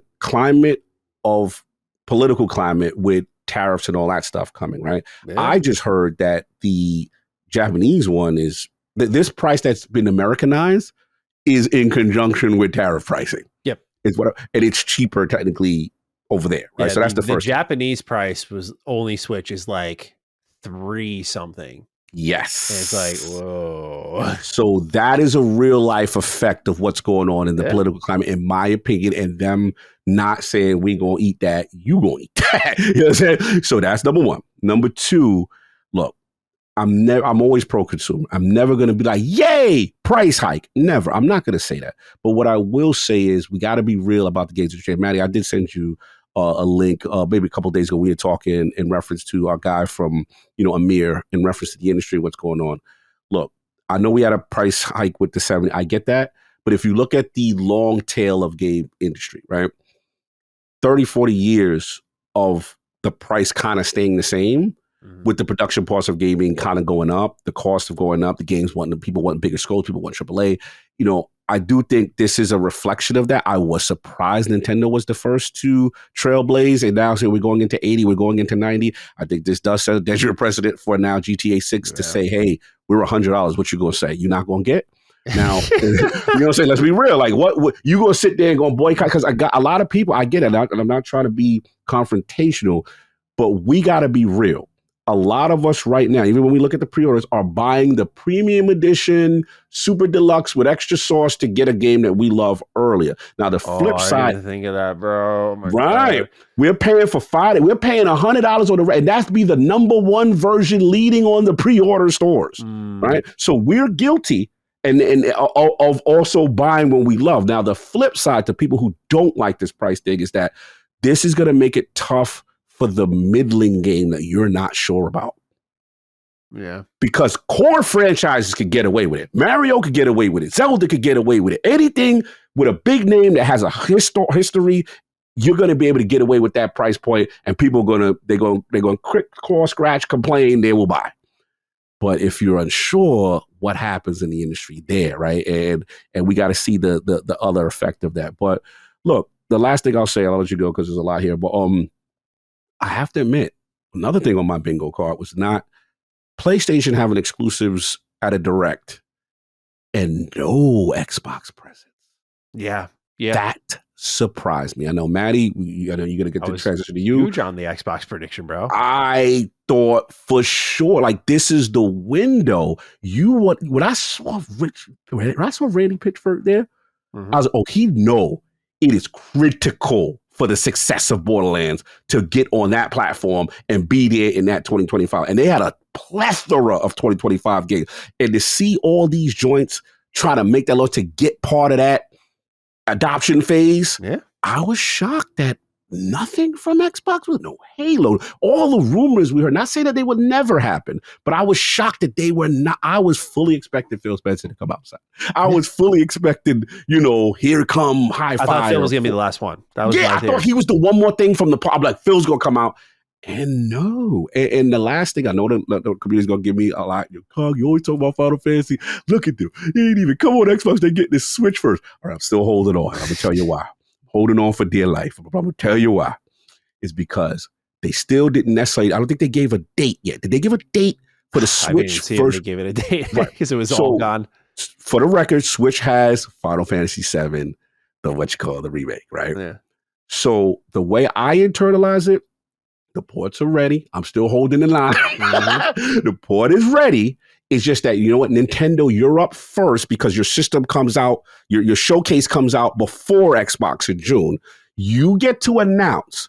We will just, and I will thought it was interesting that on the Square socials, they don't say any other platform but Switch, right? So I know I'm looking shaky. I get it. Yeah. But my feeling is that when June comes, because the timing I think is around June, then you get to see the showcase and then you'll see the Xbox version. I am holding on for delay, but I'm still pretty confident that there's no foul play, that Square did another mercenary move and they just gave it to Nintendo and they now have canceled it. I don't think that's happening. But I thought it was funny as hell that they got the announcement before Xbox. Like, it was Xbox, kind of come on. Like, my guess is maybe it's coming out around June. And Xbox gets to say on their stage, like, it's available now, that sort of thing. So they get their wins and Square Enix gets their sales. I don't know. But very surprised by no Xbox. Oblivion Remake, after our conversation about the Switch Direct, and you were like, maybe there's too much emphasis on it, I softened from there on in because I was like, I don't really think it makes much sense as I kept thinking about it more and more. So I backed off of it officially the day before. I was like, something's just off about it. But Xbox, I was dead wrong. I was like, dude, what? I was like, none at all. Everybody was dead wrong. Let's be I real. was none at all. I was like, I thought they'd be like. The other thing is though, everything for them leaks. So I had this one flickering thought this morning. I didn't check any leaks, but I was like, no one's texting my line about like Xbox anything like they usually do. And so when that didn't happen, I'm like, it might not be here because usually their stuff leaks easily. There's just so many people involved. It always ends up being Xbox in their leaks. But to not have any sort of presence, I thought it would have been a good statement to make. So my next theory is just that Summer Showcase comes around. I don't think they're going to be like, we're doing this with the Switch. We're doing this with the Switch. But rather kind of what they did with Developer Direct, where when they announce things, you see like the Switch. Got it. Oh, and lead them that way. Yeah, okay. Like they control it. It's like, it's our platform going here, not we're coming to their platform. Do you know what I mean? Like, no, I get it. Controls I the idea, exactly the message. It's weird galaxy brain marketing bullshit at the end of the day. But that's the way I'm thinking about it. When it comes to ports, though, like some people are like, what about Halo? What about Gears? I'm like, they might just do it on Twitter. Like that's what they did for all these other games. And I'm just like, maybe we overthought it on that front. Like maybe they don't want to be out here talking about Halo coming to Switch. That's what I thought. Like I thought they were going to. That would be a moment to be like, yeah, we're getting all of these, and we even got I had my Halo Infinite shirt on during the stream. Yeah. I'm ready. Yeah, I was surprised. Like when they said no more, that's it from our partners. I was like, really interesting. So it's inevitable. It's just a matter of when. But now we're in this awkward pocket with Xbox because we are hearing from very much trustworthy leakers. We know the project is real. Like we have this Oblivion remake floating around. We're hearing about these Xbox ports floating around for Switch 2, but there's no other events in April. And there's a ton of shit coming out in April. So you're like, where does this all happen, if at all? The original rumor for Oblivion remake was June, which that made more sense. It was like, you're kind of out of that Switch. Well, now you're in the Switch window. But it made sense. Like you showed at the Direct, it's coming out around the time the Switch 2 drops. Or if it's the Xbox Summer Showcase, you do your big shadow drop. You're like, hey, it's available now.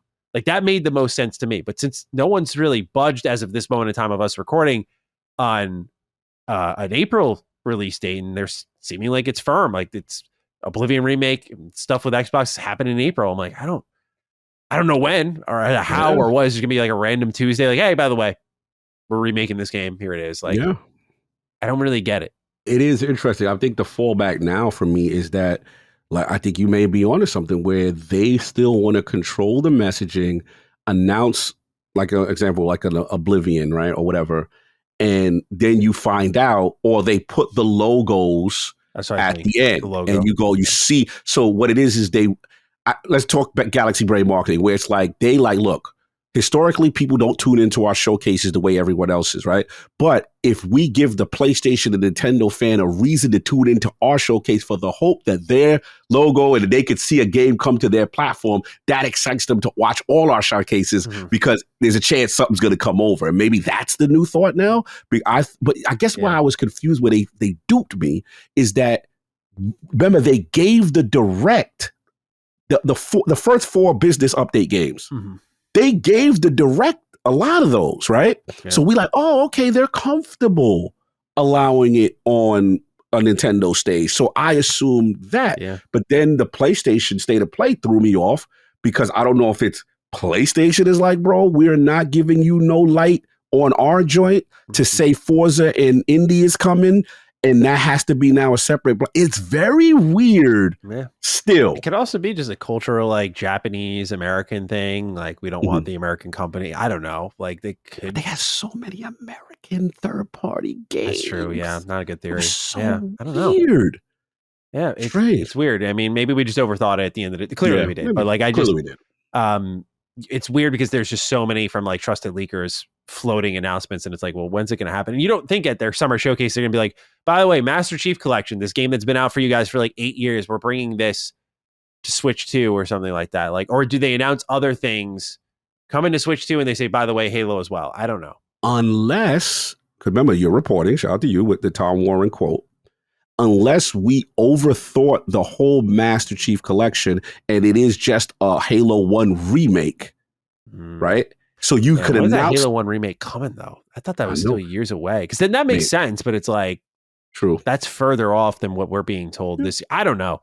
It's so confusing. Yeah, it's weird. Random question before I forget. How did you feel about them adopting some PlayStation energy with Switch to enhanced games for a nice little upgrade price. Here's the thing. I actually don't mind as much as I thought I would because they're adding new content. I'm happy to pay for new content. They did that with that Mario Party. They did it with I had a couple of games here. What did they do it with? What's Mario Party? They did it with Breath of the Wild was like your standard enhancement. That's one I don't like. Kirby and the Forgotten Land is a great game, and they added like a whole expansion story to it. That's cool. Pokemon Legends EA, you know what I thought was mad funny?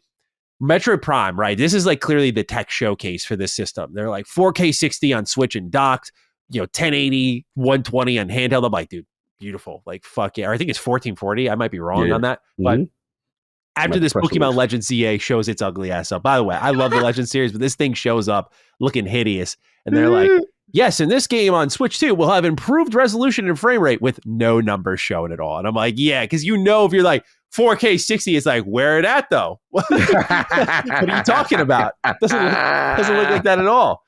So they saved themselves from the self-exposure. But yeah, if they continue to be like, we're adding new modes and stuff with our kind of next-gen updates, I would be more okay with that because I want to pay for content. I don't want to pay for visuals. As much as I know it equates manpowers and hours, and they do want to charge a price tag for that, and I get the whole business model. As a player, I don't care about graphics enough to pay for them exclusively. But if you throw in some content with it, sure. My hope was that they were going to do Pokemon Scarlet and Violet because that game is busted on Switch. Everything from the frame rate to the LODs to visuals, like this game needs the Switch too. Yeah. And that game sold like 30 million copies where it would make sense for Nintendo to do the upgrade. I would love for them to do that. That is the one that like I think that game has the potential to do some special things for the franchise, but I didn't get to fully enjoy them because I put it down after 10 hours. I was like, this shit's so broken. It broke my spirit. I was like, dude, I'm chill with these buggy games. No, I get you. I'm looking at for me, selfishly, there's a couple of games, I would love, if Asher Chang had got a jump in a, Marvel Ultimate Alliance. I am curious about what a Marvel Ultimate Alliance 3, one of my reasons why I had to drop it for a little bit was that the multiplayer didn't have a proper thing. So now with this embedded chat, embedded thing does it, because it looks like you could also chat.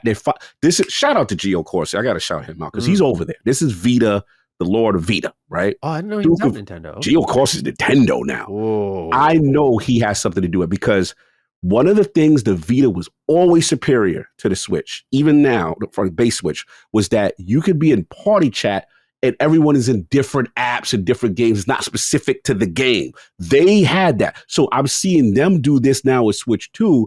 I am curious now with the older Switch games, can I also do that? Me and Matt, you could be in a party. You could be playing an older Switch 1. I could be playing an older Switch 2 game, whether on a Switch 2. I would love to see how that works because I feel that's Gio Corsi Vita energy oozing all over that device. That's a good point. The other thing that was missing that bummed me out was Final Fantasy IX Remake. They had the website up for the anniversary, the 25th anniversary of Final Fantasy IX. Yeah. Timing it out this week, I'm just like, perfect. Yeah, it makes a lot of sense. They're putting out merch. I'm like, oh, here comes the announcement. They're going to like shove this thing. So that's another lingering announcement that feels like it's due sometime soon. Yeah. No release dates for Pokemon Legends ZA or Prime 4. Thought that was kind of weird. Like, I know they just showed them at the weird spontaneous direct we got just a few days ago, but I thought for sure that, we would get those. Like, oh, these are definitely launch window games, but they're just coming sometime this year. So yeah, just a couple of weird missing things that took a little bit of the wind out of my sails. Yeah, Call of Duty. You got a 10-year deal, didn't you? That's a good point. Yeah, I thought you. I mean, maybe we're just so early in the direct game this year. I swear. Yeah, like, what I'm saying? Maybe we're early, but there's still so many things from an Xbox perspective that I was shocked to not see anything. Yeah. I was just like, wow, that's weird. Yeah. Some other games that were there, Donkey Kong Bonanza. How you felt about that? Oh, bro, I'm hyped. Oh, I had to rub it in Brad's face immediately. That's why I was immediately in our server being like, we're here to have a meal. Let's fucking go 3D Donkey Kong, because we've gone back and forth on someone's side. He's like, Maddie, no, like 2D Donkey Kong's the shit. I'm like, yeah, where are you at though? Where are you at though? He's getting remasters. I was there for this. Yeah. Yes. I was like, he's getting remasters. I'm getting new 3D Donkey Kong games in 2025. How's our boy Brad Holden? Bro, I've been asking for this for a stupid long time. Probably since Odyssey. It reminded me how much I love 3D platformers. And I was like, Oh man, I remember loving Donkey Kong 64 as a kid, which I know, by the way, has aged horribly, but like I have so many memories with that game, so much nostalgia. The idea of getting a new one with, by the way, like you were destroying the environment, tearing see the through it. destructibility. Yeah, I was like, this looks fun. This looks really good. Ground and all that. Yeah. I was like, bro, King and you are this. King was going great. King was hating on the show at first. He saw that dog. He was like 10 out of 10. I mean, yeah, he put all his hate away when he saw that game. Yeah, bro, dude, 3D Donkey Kong. I mean, I hate the redesign. It looks so stupid, dude. It looks so stupid. But I'm gonna ignore it because they're giving me what I want at the end of the day. You know, this is what I've asked for a while. And kudos to Nintendo for, I'd say, coming around on some series that have been dormant for a while. I mean, they're doing like a new Tamagotchi game. They're doing, what was that? Me World game. I forgot what it was called. That they also announced. Like, there's been a lot of weird ones. New Kirby Air Ride game for the sequel to a game on GameCube. So they're circling around to some games that I'm a little surprised by. And Sakurai is directing Kirby Air Riders, which is also interesting because like that's the Smash Bros director, and I'm like, don't you want Smash Bros like ASAP? But the problem is, dude, I feel like we hit the ceiling with Smash. I don't know how. How do you outdo that roster with that and that many stages and that story? I'm just like, how? Speaking of which, we didn't even talk about the elephant in the room, where I feel can we call this Mario Kart Horizon Mario Kart? Like, bro, this is Forza Horizon. Yeah. I'm like, Mario Kart, oh, really? Yeah. You want to drive between the races the next? It's funny you say that. There's a lot of homework copying in this presentation. What did you think of Welcome Tour? That was kind of like, oh, Astrobot. Yo, that's a good idea. Yeah, bro, you know what, Sony? We like that. And then the hardware. Bro, they had the gumption to be like, ain't even you gonna pay for this instruction. I was like, oh, cool, it's a free game. And they're like, it's a paid digital game. I'm like, fuck you guys. You guys you want to learn about it? You want to learn about this manual, what your system can do? Pay up. Like, I'm not paying for that. Like, I thought it would be a cool little tie-in thing I'd play when the game's when it starts. Learn about the features, learn about the thing. I'm like, God damn it, Nintendo. You know what they didn't do? I just realized, no achievement system yet. I know. It was on my bingo card. Thought about that, but damn, I'm upset now. Yeah, like it would have been a 10 out of 10 show for me. Remember, COG's here for online play. COG's here for third party relevance, being modern. Still do your first party stuff. I get you, but you got to convince me. I'm the target audience. If you don't get me on, y'all tried just doing y'all by yourself, and we saw the results of that with the Nintendo Wii U and all that. Oh, you know what I'm saying? Like, I get that. So to me, I agree. Like when I saw it, I was like, okay. This is the last straw. If you can pull that off, but again, it's just the resources with them. It just takes them forever to get into the next century, whatever kind of thing. I will say, last thing I want to forget is I want to give them credit. We are killing them for the prices, rightfully so. We're killing them for a lot of things. The game share feature is kind of cool though, because it was like with game share and Nintendo Switch 2 feature, players could share and play the same game with others who do not have the game. If one person has a Nintendo Switch 2 system and a game, or it has to be game compatible. Okay, game compatible game share. That person can invite others to temporarily play the same game together via local play with their Switch 2 or Nintendo Switch system. Between Nintendo Switch 2 systems, game share can be used alongside with game chat for online play so that players can chat with others, with all of them in the same game. That's actually pretty cool, but now which games are going to support it? Yeah, when they had that as like a select kind of thing, I was like, damn. Yeah. I do like the game loaning thing, though. The digital loaning in an era where like they're clearly going digital only, like being able to, I mean, when you look at some of the games, though, like someone made a good point. They're like, Xenoblade 3 came out a couple of years ago, and it's like, yeah, that's not a game you loan. And they're like, here for 14 days. But I guess the idea is you loan it, you play it. If you really get that deep and enjoy it, then you might buy it. You know, that might be the idea. I do like that they're kind of looking into that, though. What did you think of how they added GameCube to Switch Online? Were you surprised by that? I thought there was a logical progression. GameCube is so huge. Attic went absolutely crazy. That's one of his favorite Nintendo consoles. So to see that, obviously, they go eat off a controller with the now they got the chat button on it. I like the new feature is the chat button. Like, that's so revolutionary. I was like, all right, salute to you. At least you got it. I can't complain. But nah, GameCube is a huge part of their history. People were still mad because I see like their live stream people like, yo, where's Melee, bro? What's going on? Are they out of their minds? That they'll Bro. resell you Melee. I don't think they're gonna put that in the service. I think they'll resell you Melee. They gonna resell you that, bro. They gonna put to blow bells and whistles with a remaster energy. Come on, this is Nintendo. We're gonna nickel and dime you because you guys gonna buy the same game. Especially if Sakurai is now directing Kirby Air Riders. I'm like, not that he can't, I guess, direct two at the same time, but I feel like this is a guy who's like one at a time. And if he's busy doing that, I feel like Smash needs to show up somewhere. It was a great time to like resurrect one of the old Smash games and bring it forward. No, but right on course. I wasn't surprised by this. Yeah, I was very happy to see it. It's exclusive to Switch too, which I thought was a little weird.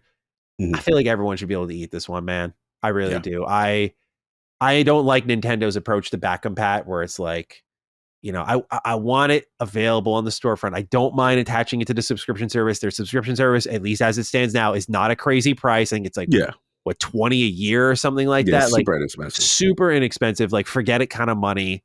But the games you get in there and the features they're adding and the DLC they're adding to their existing products, like I do think there is actually justifiable value there now, even if it was like horribly received at first. But to see like the GameCube library be switched to only, it is a system seller because some of the games they have there, like as a collector, F-Zero, expensive. Gale of Darkness, I own it, expensive. Coliseum, I own, expensive. Fire Emblem Path of Radiance is a $200+ game. Chibi Robo is like a $250 game. This is like a system seller, dude. Like these are expensive games. The only thing I ask is Nintendo, put them in your service. Go right ahead. But put them on the fucking storefront too, dude. Let people buy them. If you are pivoting, it's slower than others, but they're making that transition. They're in their like PS4 era right now where they're like, we're still doing physical, y'all, but like it's going to be like 50-50 and then it's going to go like 70-30, right? To digital eventually. Like they're kind of in that pivot right now. Yeah. So while we're going digital, let's start to preserve the classics that you're bringing back. Let's put them on the storefront so I can buy them and own them. I think that's so important, right? Because otherwise, the only way you can play them in their original states is on the old hardware. And that's a bummer, No, I agree. So, we'll see what they do with that. I'm not expecting too much, but overall, like, dude, I get the internet anger for the game prices. I think that does suck because I think it's less a worry about like, will Mario Kart World be worth it? It's like, I think Mario Kart's pretty excellent. I don't like Mario Kart enough to go like 90 on it, but that hype, that launch hype might get me. I can't lie. Like I'll see how much I can put aside, but damn well, if you don't get that at launch, I'm worried about the shortages, how hard it is going to be to get this system. Yep. So I'm like, I'm gonna have to commit because I know it's gonna be very difficult to find this. Especially for me as a physical guy, I'm like, I feel like these things are gonna be short printed and when they're limited, like the ones that are actually truly like preserved copies on a cartridge, man, like that's I don't know. That's probably going to go up in price if my experience has taught me anything. So I get the problem with the prices because I worry more about irresponsible publishers like I did with 70, but also as a reviewer, dude, I mean, this just makes the job harder, it really does. Cause a lot of people like not really ask, but I've noticed like the whole, he doesn't like games anymore because I recommend less, but I'm like, I recommend less because these games are fucking expensive, dude. Yeah. $70. Now you're telling me I got a review and I tell you yes on $100 purchase. That's like ridiculous to me. That is a whole other level. Even if a game is like GTA 6 level where it's like, yeah, it's amazing. $100, bro. Yeah. That's like half your trip to the grocery store if you're lucky.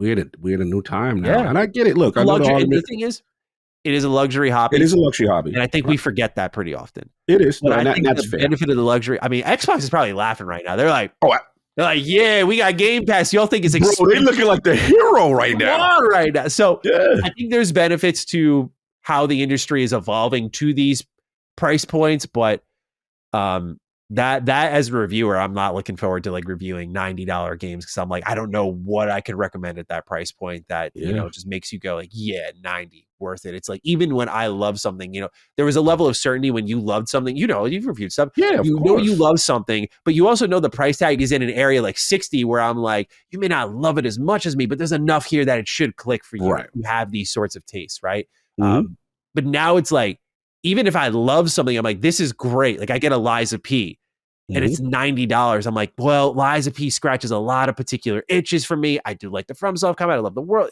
And I'm like, now you have to line up with me, like not just this, but like this. Like you have to be right in line with me, right there, to make right it there. worth it. So yeah, it's just weird times.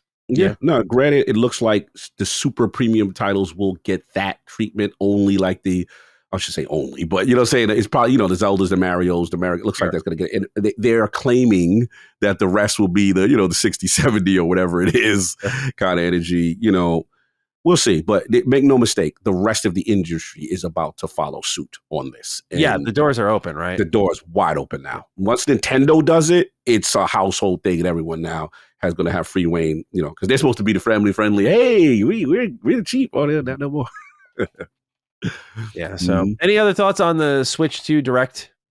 No, that's pretty much it. Again, for the overall, I thought it was, decent for me. They touched a lot of things for me. I'll be there day one. June is going to be interesting. I think we'll have more showcase energy around then. And I think maybe then that's when we get the Xbox / Nintendo announcements, potentially, if there's anything that's going to be ready for their device at launch. And yeah, it's a new day. Nintendo is outside now. 100%. All right. Well, that wraps up the news, Cog. We move on to our Game Pass pick of the week. We got a nice little grab bag here. We'll start off with our write-in. I'll kick it to you. And then I got a little addition myself. Yeah. Adam Bulgarby writes in, "Hi, Dukes. Game Pass pick of the week coming right up. Enter the Gungeon was recently added, and I have to sing its praises. Honestly, I didn't know about how Enter the Gungeon 2 would get skipped over, but I guess we're kind of helping them out a little bit here. Yeah. For context, it's a 2D top-down bullet hell roguelike with a million different references to other games and its weapons. Mega Man, Doom, Zelda, you name it. The actual guns just shoot like in the reference games. For example, the game has a plasma cutter from Dead Space. It shoots 3 beams accordingly. But be warned, the game is Dark Souls level difficult, speaking mechanically at least. I put 200 hours in her, and I said, we good, and never played another 2D roguelike again. So I really don't know how valid my opinion is. Anyways, have a wonderful rest of the day, Duke." So, 200 hours. 200. Pretty verifiable here on this take. That's a lot. That's a lot. I'm not a bullet hell guy, so I don't know. I'll look into this, though. Especially because, again, I feel like they got robbed a little bit with the reveal, the Switch 2 Direct. So I want to see what's cooking over there. Enter the Gungeon. Facts. They need to run that back for them boys, man. They needed that moment for real. Yeah, we're doing the Game Pass pick of the week. So look, we already talked about, South of Midnight. But I want to be fair as far as much as I can be critical of something, I do appreciate what they were trying to do here. And I do still feel this is a game worth experiencing. You have Game Pass. There's no excuse for you not to check this out. And here's the thing. I think for me, it's more of I love the fact that the game did attempt to do dark themes. Yeah. And that's where I think that's almost like a compulsion thing now. You know what I'm saying? As far as, you got contrast, you have some issues there as far as the time period, what's going on, the light and the dark and stuff. And then we happy few, take these, you're going to take this joy. You know what I'm saying? Kind of thing. And South of Midnight, I feel with Hazel as a character and what's going on and the development of that character, there are some really cool emotional beats. It's I could think of 3 chapters in particular where it was just special stuff. And I'm like, I like what they're trying to do. Does it have some flaws? Absolutely. But if you want soul, heart, music, a good, decent platformer, graphical fidelity, it is worth checking out. And I just hope, like I said, they're afforded to take the feedback and then now let's try to create something that is exceedingly exceptional, where we decide what our identity truly is, because there's a lot packed in here. And I will say this game is like a piece of art. The storyboards between the stages, the storytelling, kind of going through. I like that kind of stuff. You know what I'm saying? It's like narrating a character's journey. You know what I'm saying? And there are moments where you see the greatness in it. And I just wanted to, still give them a shout out for what they attempted to do here. And I just hope we'll see. I don't know how this is going to land, you know what I'm saying? But I do feel if you're on the Xbox platform and you have Game Pass with a PC, you owe it to yourself to at least pick it up and try this game. I think it is worth the price to at least try it. 100%. Yeah. Definitely a good Game Pass pick of the week. Mm-hmm. I'll just throw in there Mullet Magic. Just a little bit, like I said, on the cloud gaming via the Backbone, and really interesting game. Like I mentioned earlier in the episode, it is a game about the world itself merging with the internet, and it's definitely a commentary on people's like dopamine addictions and kind of like doing crazy things for clout, that sort of kind of messaging. Basically, you're a guy who it's got like a 90s anime aesthetic. and you are running through levels at Mach speed, trying to wipe out as many enemies as possible because you have 10 seconds to live. And with every kill you get a hit of dopamine because people are like hyping you up in the chat. So as you're running through these levels, like you're killing as quickly as you can. You get bonuses for stylish kills, like kicking enemies into vending machines and they electrocute to death, or kicking them in the fans. It's like a very bloody game. But you're doing all this to get bonus seconds on the clock, and like you have to move through as quickly as possible. It's also a roguelike. So as you go through the levels, you have like 10 floors to get through, and you'll get like upgrades, new weapons, whatever you want that you want to pick at that point. Like exploding bullets or a katana, that sort of thing. And that's kind of the loop. That's kind of the rhythm. Good music, good visuals, just a fun little pick up and play kind of game. And kind of exactly what I liked about that cloud gaming experience. Although again, with the backbone and stuff, it didn't really feel that great with the trigger. The analog stick. The analog sticks are good, I think, for other types of games, but for first person shooting when I'm laying on my back like this, not really the best, but not really the game's fault. Just really solid indie style game. Again, I love that 90s anime aesthetic, so I was a big fan of what they were doing. I kind of, again, like the little commentary on like internet culture. Thought that was interesting to kind of swing into what is kind of a boomer shooter roguelike kind of game. So it's an interesting mishmash of ideas. I think it's really good, and people should check it out on Game Pass. Heard great things, man. Well, Jack King couldn't recommend it enough. Yeah. He was going off on it. And I heard this is now you're the third person. It's also about like game development, and like there's a difficulty that literally says the devs recommend this. Like, you know, devs recommended experience. It's like one above normal. So it's kind of funny. Nice. All right, Cog. Time to wrap this up. No other write-ins, no other news topics. We're in, we're out. A lot earlier than usual. It's 7 p.m. as we wrap this up, which is good because for me, I am tired. I've been going for almost 12 hours, so I'm exhausted. And I have that Switch 2 event tomorrow, so I'll get my rest and head out to that, and hopefully I don't get jumped by Nintendo or something. Nintendo schools, waiting for you. Back compat again, $90 again. Come on. So I'm looking forward to it. I'll share thoughts on the show next week. Nice. I'll also have a video out at some point, but that'll be fun. Looking forward to talking about that. But Cog, any closing thoughts, hashtag ideas, all that sort of good stuff? Yeah, man. Obviously Nintendo was a huge point here. South America was a huge thing here. I mean, we can go so many. I feel like Nintendo is the star of the show. It's so weird, but how do we link that to DD in the sense of? I got one actually, but it's not direct focused. Okay, what you think? It'd be south of DD. I feel. Oh, let's do that. Yeah, we can do south. Like that. Yeah, I like that. South of DD. Let's do it. Absolutely. All right, excellent. Ladies and gentlemen, you want to let us know your thoughts on the episode, you can go over to Twitter. I'm at G27Status. Cog is at Lord Cognito. Use the hashtag South of DD. Let us know your thoughts on the episode. If you don't use social media, that's cool. Use the comment section down below before it gets filled with freeloaders who love to hate us.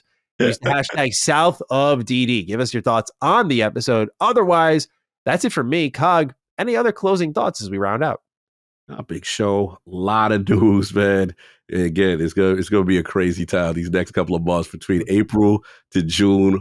Buckle up, gaming is not stopping. There's always something going on. I need to find like a weekend little breakaway at some point, bro. Because I'm getting to that point. I'm very tired this week. Yes, I feel like tired. It's you know what sucks when you start to get to that point and like this. I'm happy to see my family. It was my dad's birthday, so it's like the weekend where I feel like I could chill the most. And now my friends are like, "Yo, let's make plans the following weekend." I'm like, yep. I gotta get a couple days off. I don't know. It's fun times, but damn, man, damn.